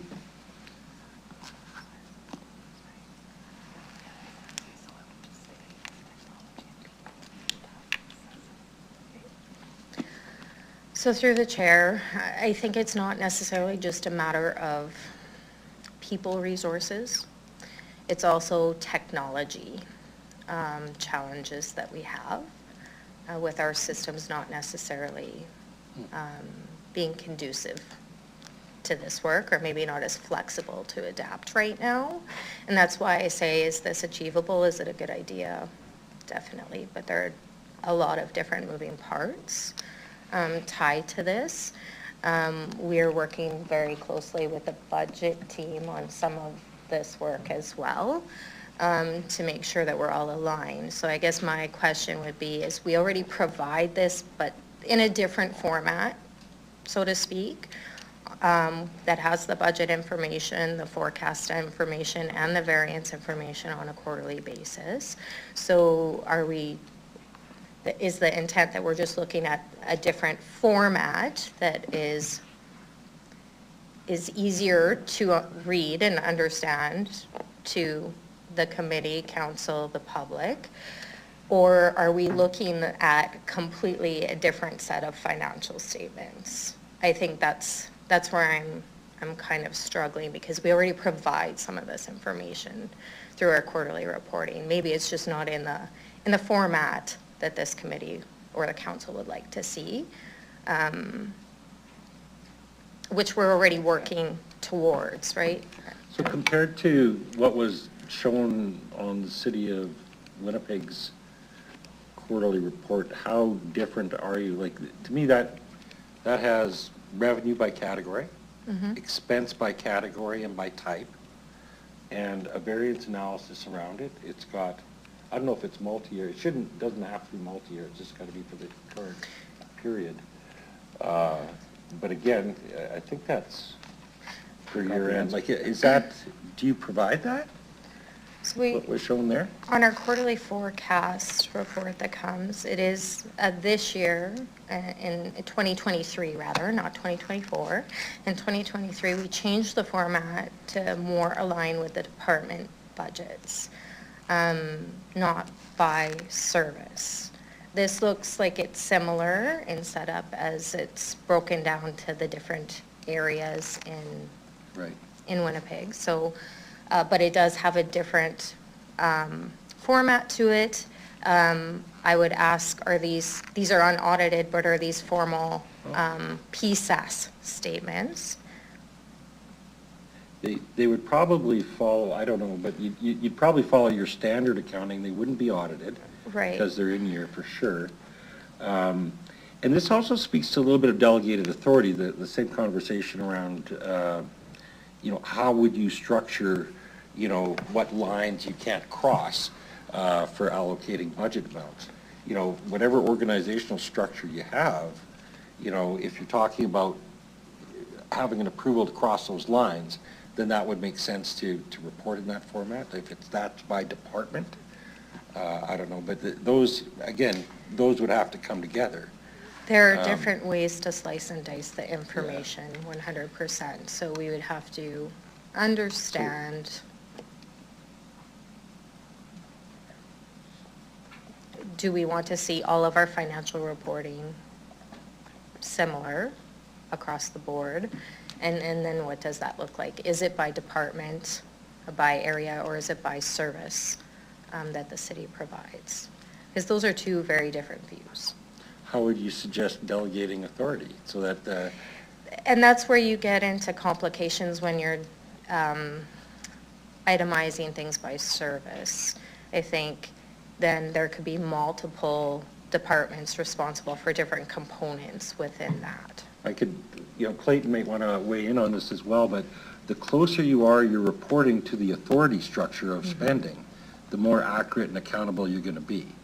So whatever that structure is for, who has authority to say, I'm going to spend that money, that should be the unit so that you can hold folks accountable to that, right? Because when you start mixing that, then who's accountable? Well, I've got 5 guys,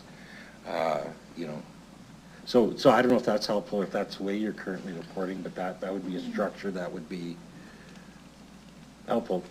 To your comment about IT systems, so that's not going to happen quickly. If you got an IT problem, we're talking 5 years out before you fix that. I don't know. I don't know what the issues are there. So that's IT systems aside and ability to draw information. You know, what would you need if you had to put more horses on the cart because you don't have an engine?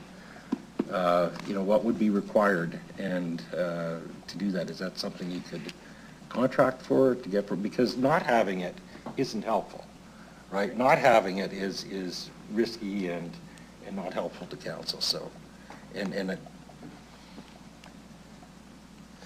Right, so I guess I go back to, we already provide this information in a different way to this committee, so it already exists. If we're feeling that that is not adequate, then what changes do we need to make in order to accommodate what this committee wants to see? And I see that there's the sample, and that's why I can recognize that we already provide this information in a certain way. And so it's just us understanding what the intent of this additional reporting would be. Is it truly additional reporting, or is it something that we lay on top of what we're already doing and Ted, I'll adjust take it? this. Thanks. So when we were finally provided by department, so transit had a line item and had a variance showing for it, I asked the question of Mr. Lacy, how would anybody with fiduciary oversight responsibility possibly be able to hold anybody accountable on this reporting? And his answer to us was, you can't. Right. And so what's being provided is insufficient to actually hold folks accountable. I do not think it's inappropriate. In fact, it's necessary to produce financial information on a quarterly basis by level of authority, I think is the key. So if you have a department, if you have an area that has a budget, then it gets reported on. You can't have enterprise performance management, you can't hold people accountable to budgets unless you're actually breaking it down. Fundamentally, the quarterly statements all roll up into the final financial statements. And so what we do is, because we do cash basis budget, then we convert all of our numbers going into it takes us longer to do.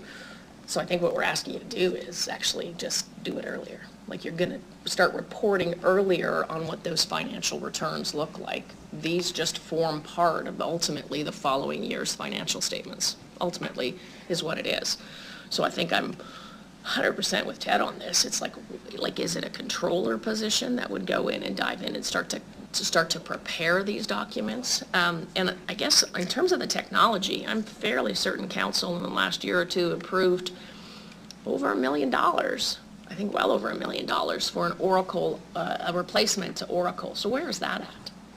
So, through the chair, to speak to that, just in order,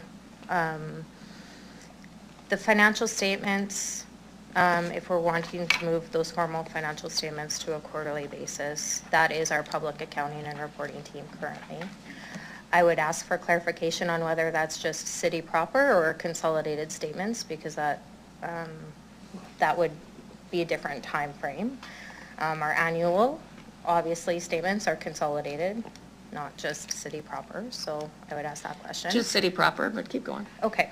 And then with the Oracle EBS upgrade, we are currently working with the consultant back and forth.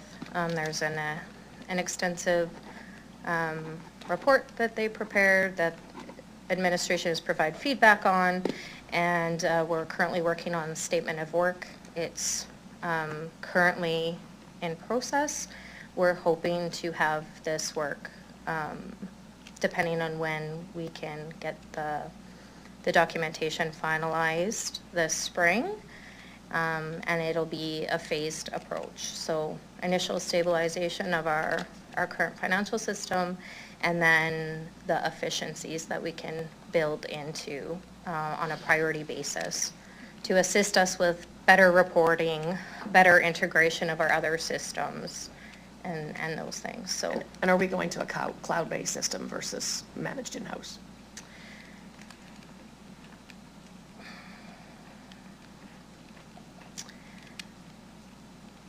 I would say it may be a bit of a hybrid at first.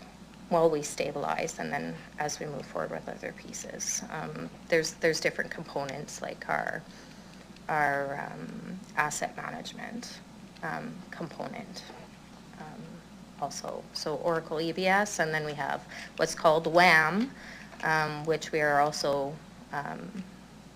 hoping to gain some synergies between the two systems upgrades at the same time.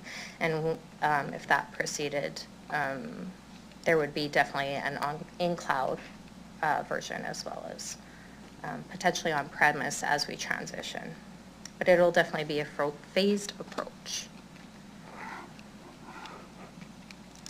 We don't have all the, I guess what I should say is we don't have all the details solidified yet. Thank you.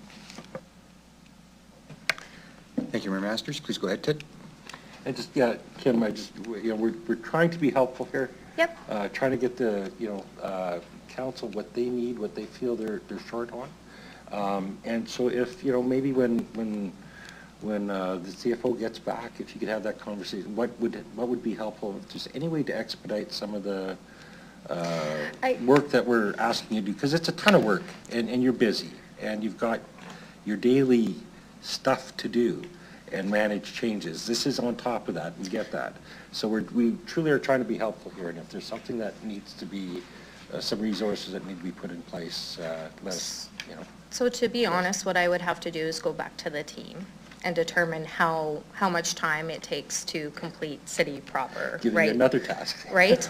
And then we would have to determine resources, right? That would be needed to move to a quarterly function.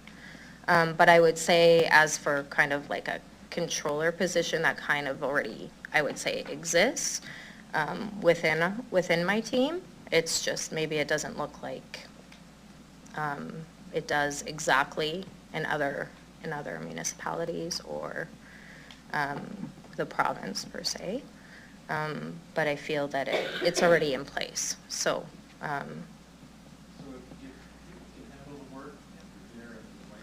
Do what we've asked, because we've asked for, a discussion on, delegated authority, a discussion on controls, right? That what would be appropriate for the council on policies, what would be appropriate to come through this committee and then to council. So there's a lot of work there around crafting each one of those decisions. If people in place can do that on top of their work in a timely way, great. If they need help with an analyst or somebody else, that's, again, that's the offer.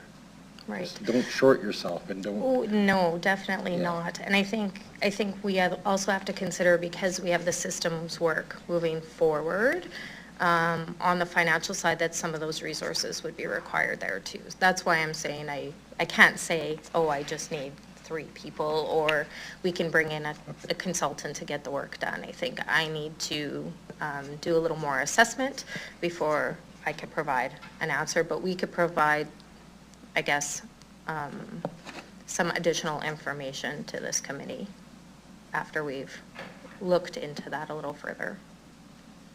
Thanks, Kim. Mayor Masters, please go ahead. Sorry. Does anybody else want to talk? You know what? I'll take a turn for Yeah. a second. Just to speak, with what's been provided already and viewing it over and the timeframes it comes, as a counselor, it has been confusing and maybe not as outright informative as it should be to bring across the variances. So I do think this is very important for future success, and maybe understanding all our crazy asks cost money and we're already behind, so we quit doing it might be really, really helpful. I just wanted to reiterate Ted's offer for help to achieve this. This is totally a committee that wants to be cooperative to find the best for the residents of Regina, and there is a lot of work between the software upgrades, all the work that's been dumped on, and the budgets you guys deliver every year. So I just want to reiterate, if there's recommendations we have to take back to council, I think the feeling in the room is this is very important for the financial success of our city, so I think we're willing and ready and wanting to cooperate however we can. So I just wanted to bring that forth too. Please go ahead, Mayor Masters. Thanks. You know what, I think we'll put this on, if you're good, we'll put this on the agenda item in the April meeting, which I think is a month and a bit away. So Barry will be back then, and we can have a little bit more of a conversation at the same time. We can delve in. I'm happy to do a little bit of work behind the scenes in terms of resources necessary outside, just like if we have to price this out. I have some concerns about the technology not having been implemented already, considering the length of time. So to put it to the words, you want to table AFC 24-4 to the April Audit and Finance meeting? Yeah, I think we've expressed what needs to be done. I think external auditor has backed that up in terms of information that would be necessary. So let's table it to when Barry's back, and we can get an answer on them. Okay. I think we're going to end up having to hire a contracted out, so that'll be a budget discussion or recommendation to council, so. Yeah. Just to say, I see your light on, Mr. Humphries, but once we've put a tabling motion out, there's no debate, so now we're just going to call a vote on the table motion. Is there any opposed to tabling that item? No opposition, we'll table it. Right now, we're coming up to 12:15. This meeting was scheduled to 12 o'clock. We still have a little private portion afterwards, and we have a lunch here. And I'm just wondering how committee wants to proceed. Go ahead, Mayor Masters. All right, we were scheduled till 1, weren't we? Oh, was it 1? Yeah. It's scheduled till 1 o'clock. Yeah, I'm okay going either way. I just need lunch was here, and if we wanted to get food and bring back and eat Yeah. here, or what Are we you wanted okay? to You guys do. good to do a working lunch? Go grab some food? Okay, let's break for 15. Or Yeah. go grab food and Take come 10 back. minutes, grab Okay. some lunch, and come back.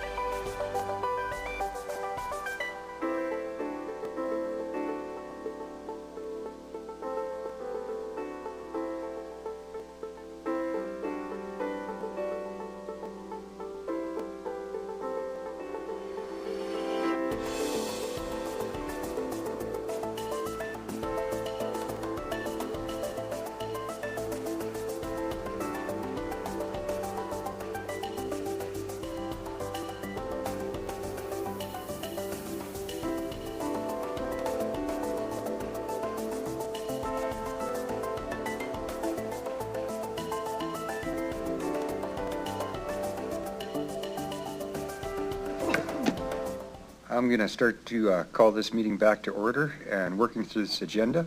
And I noted that it was at the call of the chair.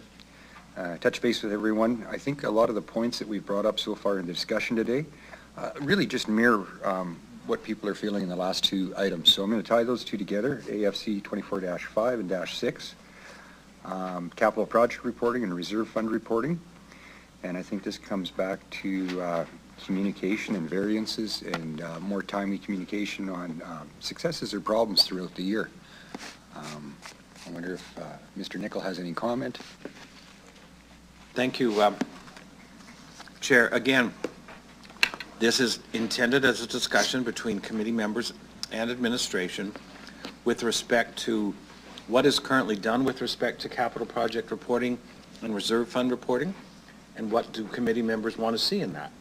And so it's to facilitate that understanding of your expectations, what's currently being done, what could potentially be improved upon, et cetera. So with that, it's up to, I leave it to members to pose those appropriate questions. Okay. I see Mayor Masters is up first.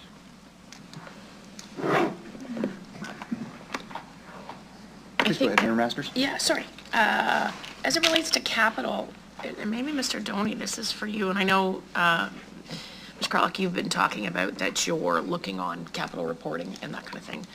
But Mr. Doney, are, like, streets, for example, or wastewater projects, do you keep running monthly reports in terms of where things are at, correct? Oh, sorry, Mr. Doney. He's just staring at you. I was busy looking at the screen to see Winnipeg. Through the chair, yeah. So the expectation is every project manager keeps very detailed track of their projects and what they spend, what their budget is and what they expect to spend in the next month and the next year, and that gets rolled up in a branch perspective and then up to the department and then comes to myself as DCM. So that is something that I'm very familiar with from a project manager a few years ago to now. So it's a very clear expectation, and that's what they do. And do you update that with actuals when you get them back from finance? And I think that's probably a third or fourth week following the month end. Would that be right? Through the chair, they update them with actuals, but typically they actually use the payments that they issue to contractors because that's they know that much quicker before it comes out through our financial system. Okay. And so that is something that they update as a project manager. As soon as they sign off on that PO, that payment, they would go and update it into their Excel sheet. It's nothing complex, but they keep track of it very regularly. Okay. Let me scroll down a little bit, Janice, if that's okay. So this is just public information from the city of Winnipeg in terms of capital expenditures monthly report. I think this is November's. And so would your tracking look something like this or less like this? Through the chair, it would be more of a project base. So I'll just use an example. We're doing small diameter water main relining. We've got 5 locations. We've got 1 contract. So that'll be tracked to that contract, not necessarily to what I would call this is more of an activity. The project managers would have more detail on individual contracts that we've signed with vendors. And then that gets rolled up to different levels as it goes up the organization. But not on public reporting. This is all just internal that we do to track. Okay. You scroll down again, Janice. I'm trying to get to the streets. If you keep going, the streets are coming up. There. And so in terms of the streets that we're going, we wouldn't track, because you would do road renewal and street renewal projects, right? Do we keep anything like this? Through the chair, yeah. I'm going to assume those are street locations in Winnipeg. Yeah. So the way we would keep it generally organized is we send out a contract. For example, 9C rings a bell. It is about to be awarded. It'll have 5 different locations, and so we'll be tracking to that contract, and then that contractor, when he submits payment, he's submitting it per meter of work on a particular location. So that can be tracked that way. But the PMs will be tracking it to the contract.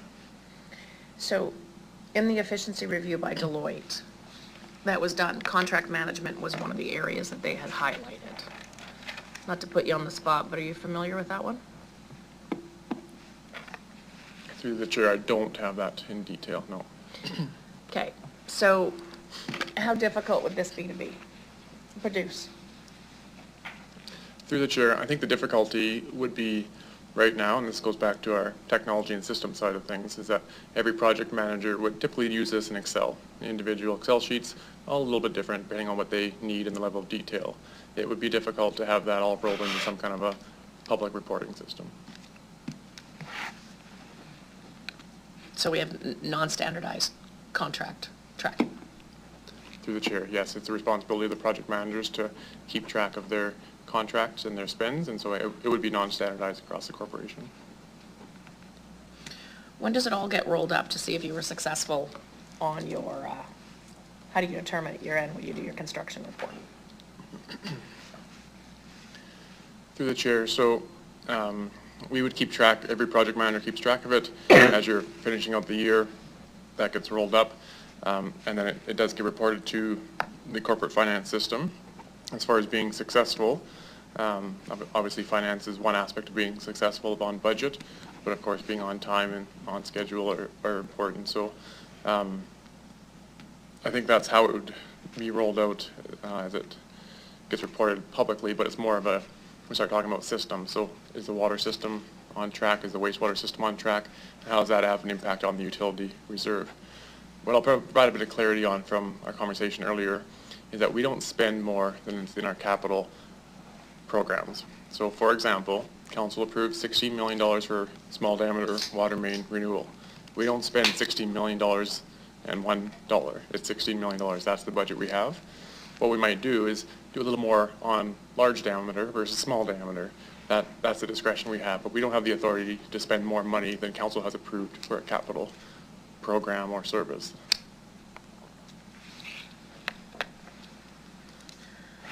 So how difficult would it be to standardize contract reporting? Even on an Excel spreadsheet? Through the chair, on an Excel spreadsheet, it would not be overly complex.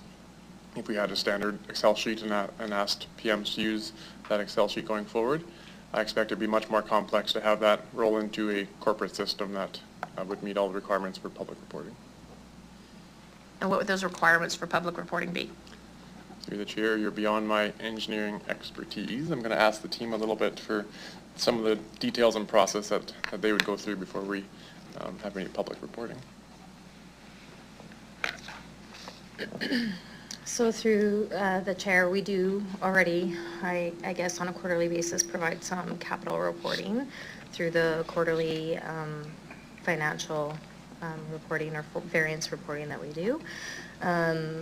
We are looking at improvements through as well the capital governance policy that we're working on to ensure that we have a good solid understanding of throughout the organization what the expectations are across the board. We're also looking at making updates within our Hyperion system, which is our budget forecasting system. It's currently going through an upgrade. We are making improvements to assist with some of the forecasting and variance reporting with capital projects and creating improvements. So that would be a more standardized high level that would feed into our public reporting, I would say, than the detailed level that Curtis's or other project managers' teams would be using. So we have begun work on that. And we are collaborating across the organization to ensure that ensuring that we're capturing the needs of the project managers as well as what we need centrally from a financial perspective. I'm not sure if that answers your question. No, thanks for the comment. I just want to be clear that in terms of the variance reporting that you suggest you're supplying, the first time Audit and Finance has seen anything like that was the fall of 2023, which is not sufficient, I think, is kind of the communication here. And so who has oversight? So from a reporting component? So I mean like oversight of it, like who has eyes on all of this? Well, I would say that the project managers, as Curtis said, are responsible for each individual area. Directors would be responsible for providing oversight of those projects underneath them, and then the city deputy managers. And then essentially discussion at the executive level, and then, you know, bringing reporting back to this committee, depending on what level of detail you are wanting us to share, and is it at just a program level? Not necessarily individual projects. There could be hundreds of projects within one program, right? So what is it this team would like to see? With our variance reporting, we typically bring a high-level overview that's discussed with ELT on the overall carry forwards, forecast, budget, and the variance between those items, and then we give you a top 10 in the utility and the operating in the appendices to that variance reporting on those individual projects. But is the top 10 what this committee is wanting to see, or ultimately council, or is there a different level of detail? I can't speak for committee in terms of major projects. I suspect that having those updated quarterly with these types of numbers in terms of the year the project started, the approved budget for it, money spent to date, money to come, and percentage complete would make tons of sense. But there's 45 pages of public accounting here for public dollars being spent on projects. We do a good job of investing millions of dollars in civic assets. And I'm going to tell you, I can't tell you where it's going. You can't. I had a gentleman, I was just telling them, I said I had a gentleman walk up to me and say, hey, Marsh Crescent made it onto the list for improvements this year. And in my head, I'm walking away going, oh my God, I hope to God they get to Marsh Crescent this year because it's on a list. But it is actually that piece of accountability, which is massively important. These are public dollars being spent, and they're not micromanaging what you spent on scissors or what you spent on general laborers, but it's a matter of, we had $11.7 million and we spent 12.2 to date, that type of idea, because it's been approved, that's all cool.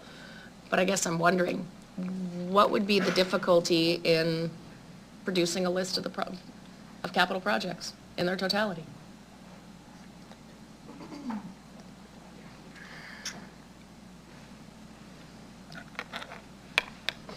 Through the chair, I'm just going to provide you some information that is provided, and then we can have a large conversation about how much work it would be to have the entire list. But currently, some services will come forward to provide information. So, for example, the residential road program report comes forward, tells you what we've spent in a particular year, and this year we said this is what's planned for next year at a total amount of, don't quote me, but $16 million or so. And so that is an example where we're reporting on what the work is planned, but at that point we're not reporting on the individual projects that are going to cost.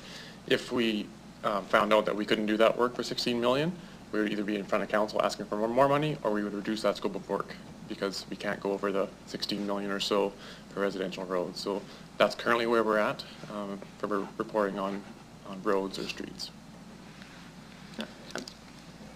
I like that report. I'd like more detail, but I'll leave. Go ahead, Rob. Yeah, through you, Jason. Are you responsible for all the capital projects? Through the chair, no. No. What components are you responsible for? Through the chair. So the Deputy City Manager of City Operations oversees water, wastewater, and stormwater, so the utility, and oversees roadways and transportation, and oversees fleet and transit services. Okay. So, for example, do you have the flexibility to move money from the residential renewal program to the street infrastructure renewal program? Is there any delegate authority for moving money around within these components if you're... Through the chair, if you ask me a question about water and wastewater, it'd be much easier to answer that because that's a little more of my background. I don't believe we've got the authority, after it's approved by budget, to go from residential road to street infrastructure renewal. As part of that budget approval, 25% of the street infrastructure renewal amount does go to residential roads, but once it's approved by council, I don't believe we have the authority to go within those two major program areas. Right. From my opinion, through you, Jason, I'd like to see much more detail, and I'd like to see scheduling. And if there's variances and they're over, I'd like to see an explanation. And I'd like to see options as to how we can bring that in budget, so that's all. Appreciate the opinions noted. Mayor Masters.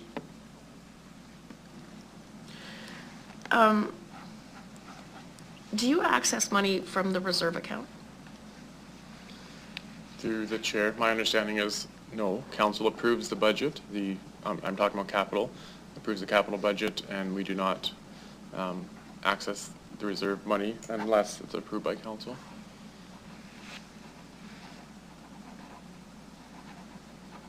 Okay. Just any good questions? Thank you.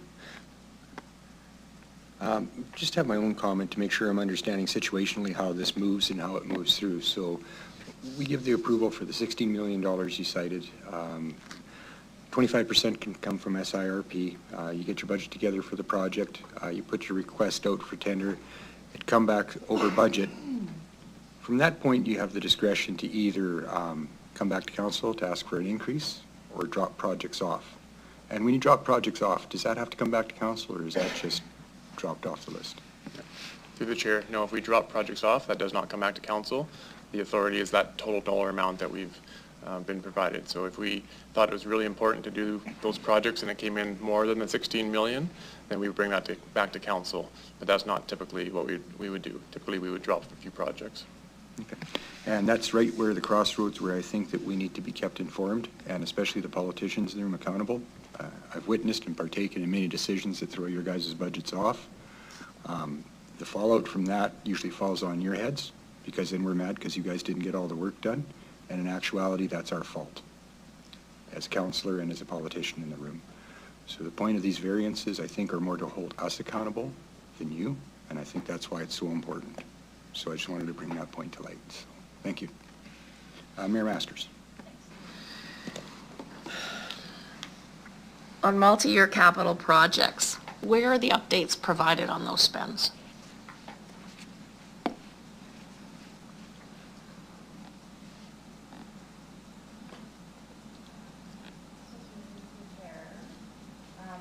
Your capital projects, if one item carries over into the next fiscal year, that would be included in any of the carry forward amounts that move forward to the next year. And then as approved amounts, and then any additional funding. So there would typically be a rationale as to why those projects were delayed, or costs were increased, or whatever the variance may be for that initial year. We might have budgeted X amount of dollars for 2023, and we only spent 3/4 of that. That automatically gets carried forward to the next year currently, and that's part of our overall budget documents and tracking for each of the projects. Sorry, so where on the budget document can I find that? I think it's in the capital plan. It shows the carry forward, or it shows the prior year budget. I'm gonna let Trevor, I might be thinking of a different document, so Trevor, do you want to speak to that? Mr. Black?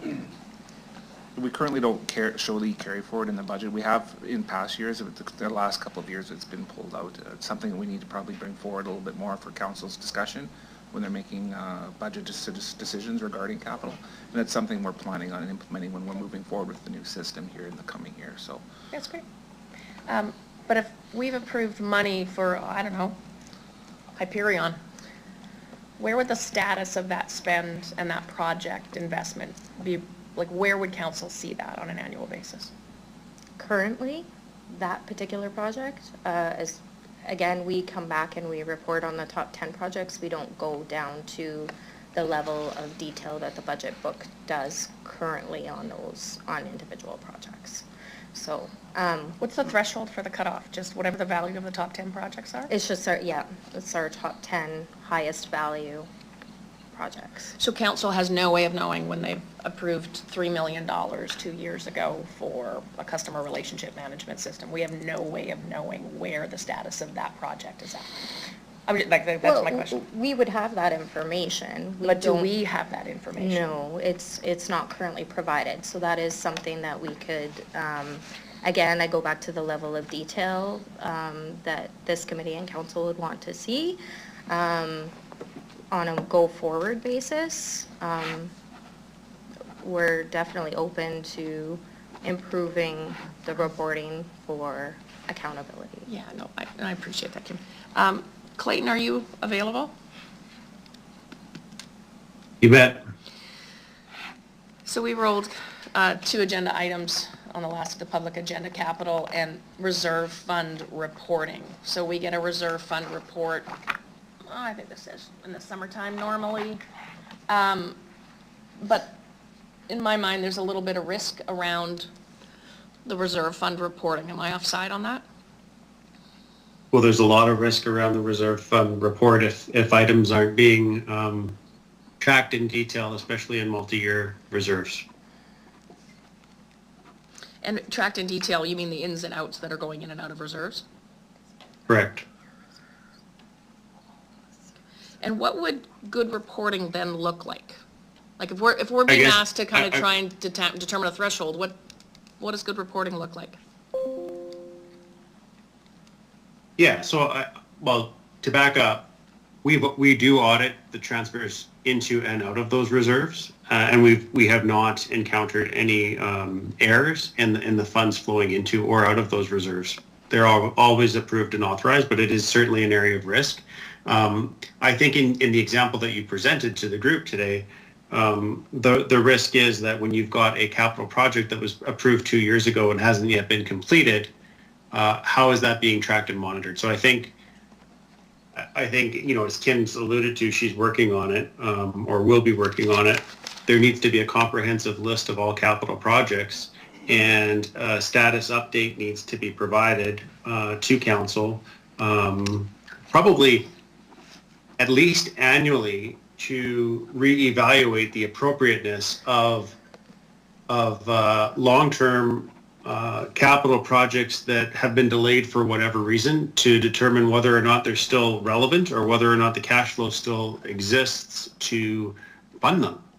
And so, I think at least on an annual basis, council would want to revisit long-term capital projects that have yet to be completed.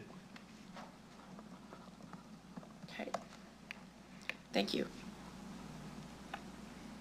Yeah, I'd add to that too, you think about in revenue in private companies, there's a standard called percentage of completion method of accounting. And so it would be great to get reporting that provides a percentage of completion on each capital project. And then I think for this group, it's deciding what is your comfort level with respect to risk tolerance as to here's the magnitude of the capital projects that we actually want a report on. So you're not going to want maybe anything under $1 million, but certainly above that, that could be the threshold. So establishing what you as a committee feel is appropriate that you want to see, because you're not going to be able to see everything, but understanding where the update is on how those capital projects are moving forward. Okay. And if they're still appropriate. Okay. Thank you for that. In terms of capital project reporting, not even just multi-year, what's appropriate level of detail for either this committee, the council, or the public to see as it relates to capital expenditures in an annual? So if I got $1 million for a project and I plan, spend, and execute on that project in 1 year, is there a level of detail that would be more transparent? Well, clearly it would, but I'm looking at, and I think fairly administration, because this hasn't been done before, what's an appropriate level? I think it comes back to, usefulness and reliability, relevance versus the usefulness of data. So you could, to your point, you can provide a very comprehensive, detailed project by project and a breakdown, but is that really relevant or useful to who's using the information? So you need to take a step back and understand who who is using this information and for what purpose. So for administration's purpose, having a comprehensive detailed list of all of the projects that ultimately roll up into different categories is very relevant for administration to be able to monitor progress being made towards those capital projects that have been approved. But when you get to, say, the Audit and Finance Committee's level, I think it's more important that be grouped and bucketed and not made as detailed from an oversight perspective. Having said that, you might want to establish a threshold that says for large projects, and you'd have to define what that is and what your comfort level is for that. For large capital projects, we do want comprehensive reporting. Okay. But the balance of it, like to Mr. Doney's part, we get, what is it, 25 million, $40 million in roads? It, just picking them, I think it's different between roads and streets, but if it's $40 million, then it's a bucket of $40 million. And just reporting on any projects not completed. Reporting on any projects not completed, and perhaps how much of that budget is not going to get completed in 2024 that City Council approved that's going to be carrying over into next year. I think that's the more critical question is what is not going to be completed at the end of the year for which we approved that's going to have to carry forward into the next year. Through the chair. Yeah, go ahead. So just to kind of reiterate what we currently do and what's being suggested is very relevant. That's what our Capital Planning Advisory Committee does. So when we were trying to set the budget for, I'm going to think back, when we were setting the budget for 2024, we have a list of all capital projects, what is the expected capital carry forward, and what is the budget request in 2024. We look at that and say, okay, can they spend all this? Is this still the right project? If they haven't spent anything, why are you asking for another $5 or $10 million? So that all happens, and that impacts the budget that we bring to council, and did impact the budget we brought to council in the fall of 2023. So that's the normal process that we do as administration, and of course, if that was desired to be reported publicly, that's not onerous. So this is work you already do, but this committee or council never sees that other than rolled up into the ask at budget time. That's correct. Okay, I appreciate that. Thank you. See no other questions? Appreciate that last little nugget of information as well. And I think there's a little bit of decision-making in there that came to bear, so I think it's a really important thing going forward. And I don't think we have a motion to come from that as well, so... Well, actually, you want a motion? Sure.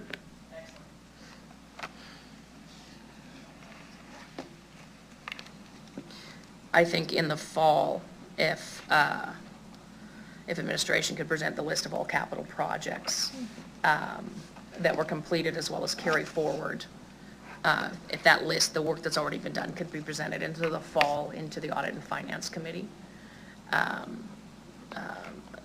that would be good. And if we want to develop policy around that at a future date, but I think for right now, we'll just set it up that comes forward in the fall. They've done the process. It can come to us. So that we can go back to when we're sitting on council and actually share that information. There's pieces around the percentage completion of those things still being carried forward as it relates to the reserve funds, which the risk in the capital project's not yet been completed, which is separate and apart from your construction work that you're doing in a particular year. And so creating a list of capital projects that have yet to be completed that have approved money, where that money is sitting in reserves. I think what Clayton said was at least annually. I don't know what you're writing down on this one, but good luck. So the longer term capital projects that are delayed, but also those in terms of percentage of completion, reporting on percentage completed. I'll pick $1 million and above that don't get completed in 1 year, that we get annual updates on those, because that money is sitting in reserve. In addition, there's an expectation that those projects be completed, so just actually reporting in. So again, I think in the fall, prior to budget, would be the preference, but I'm willing to listen to whatever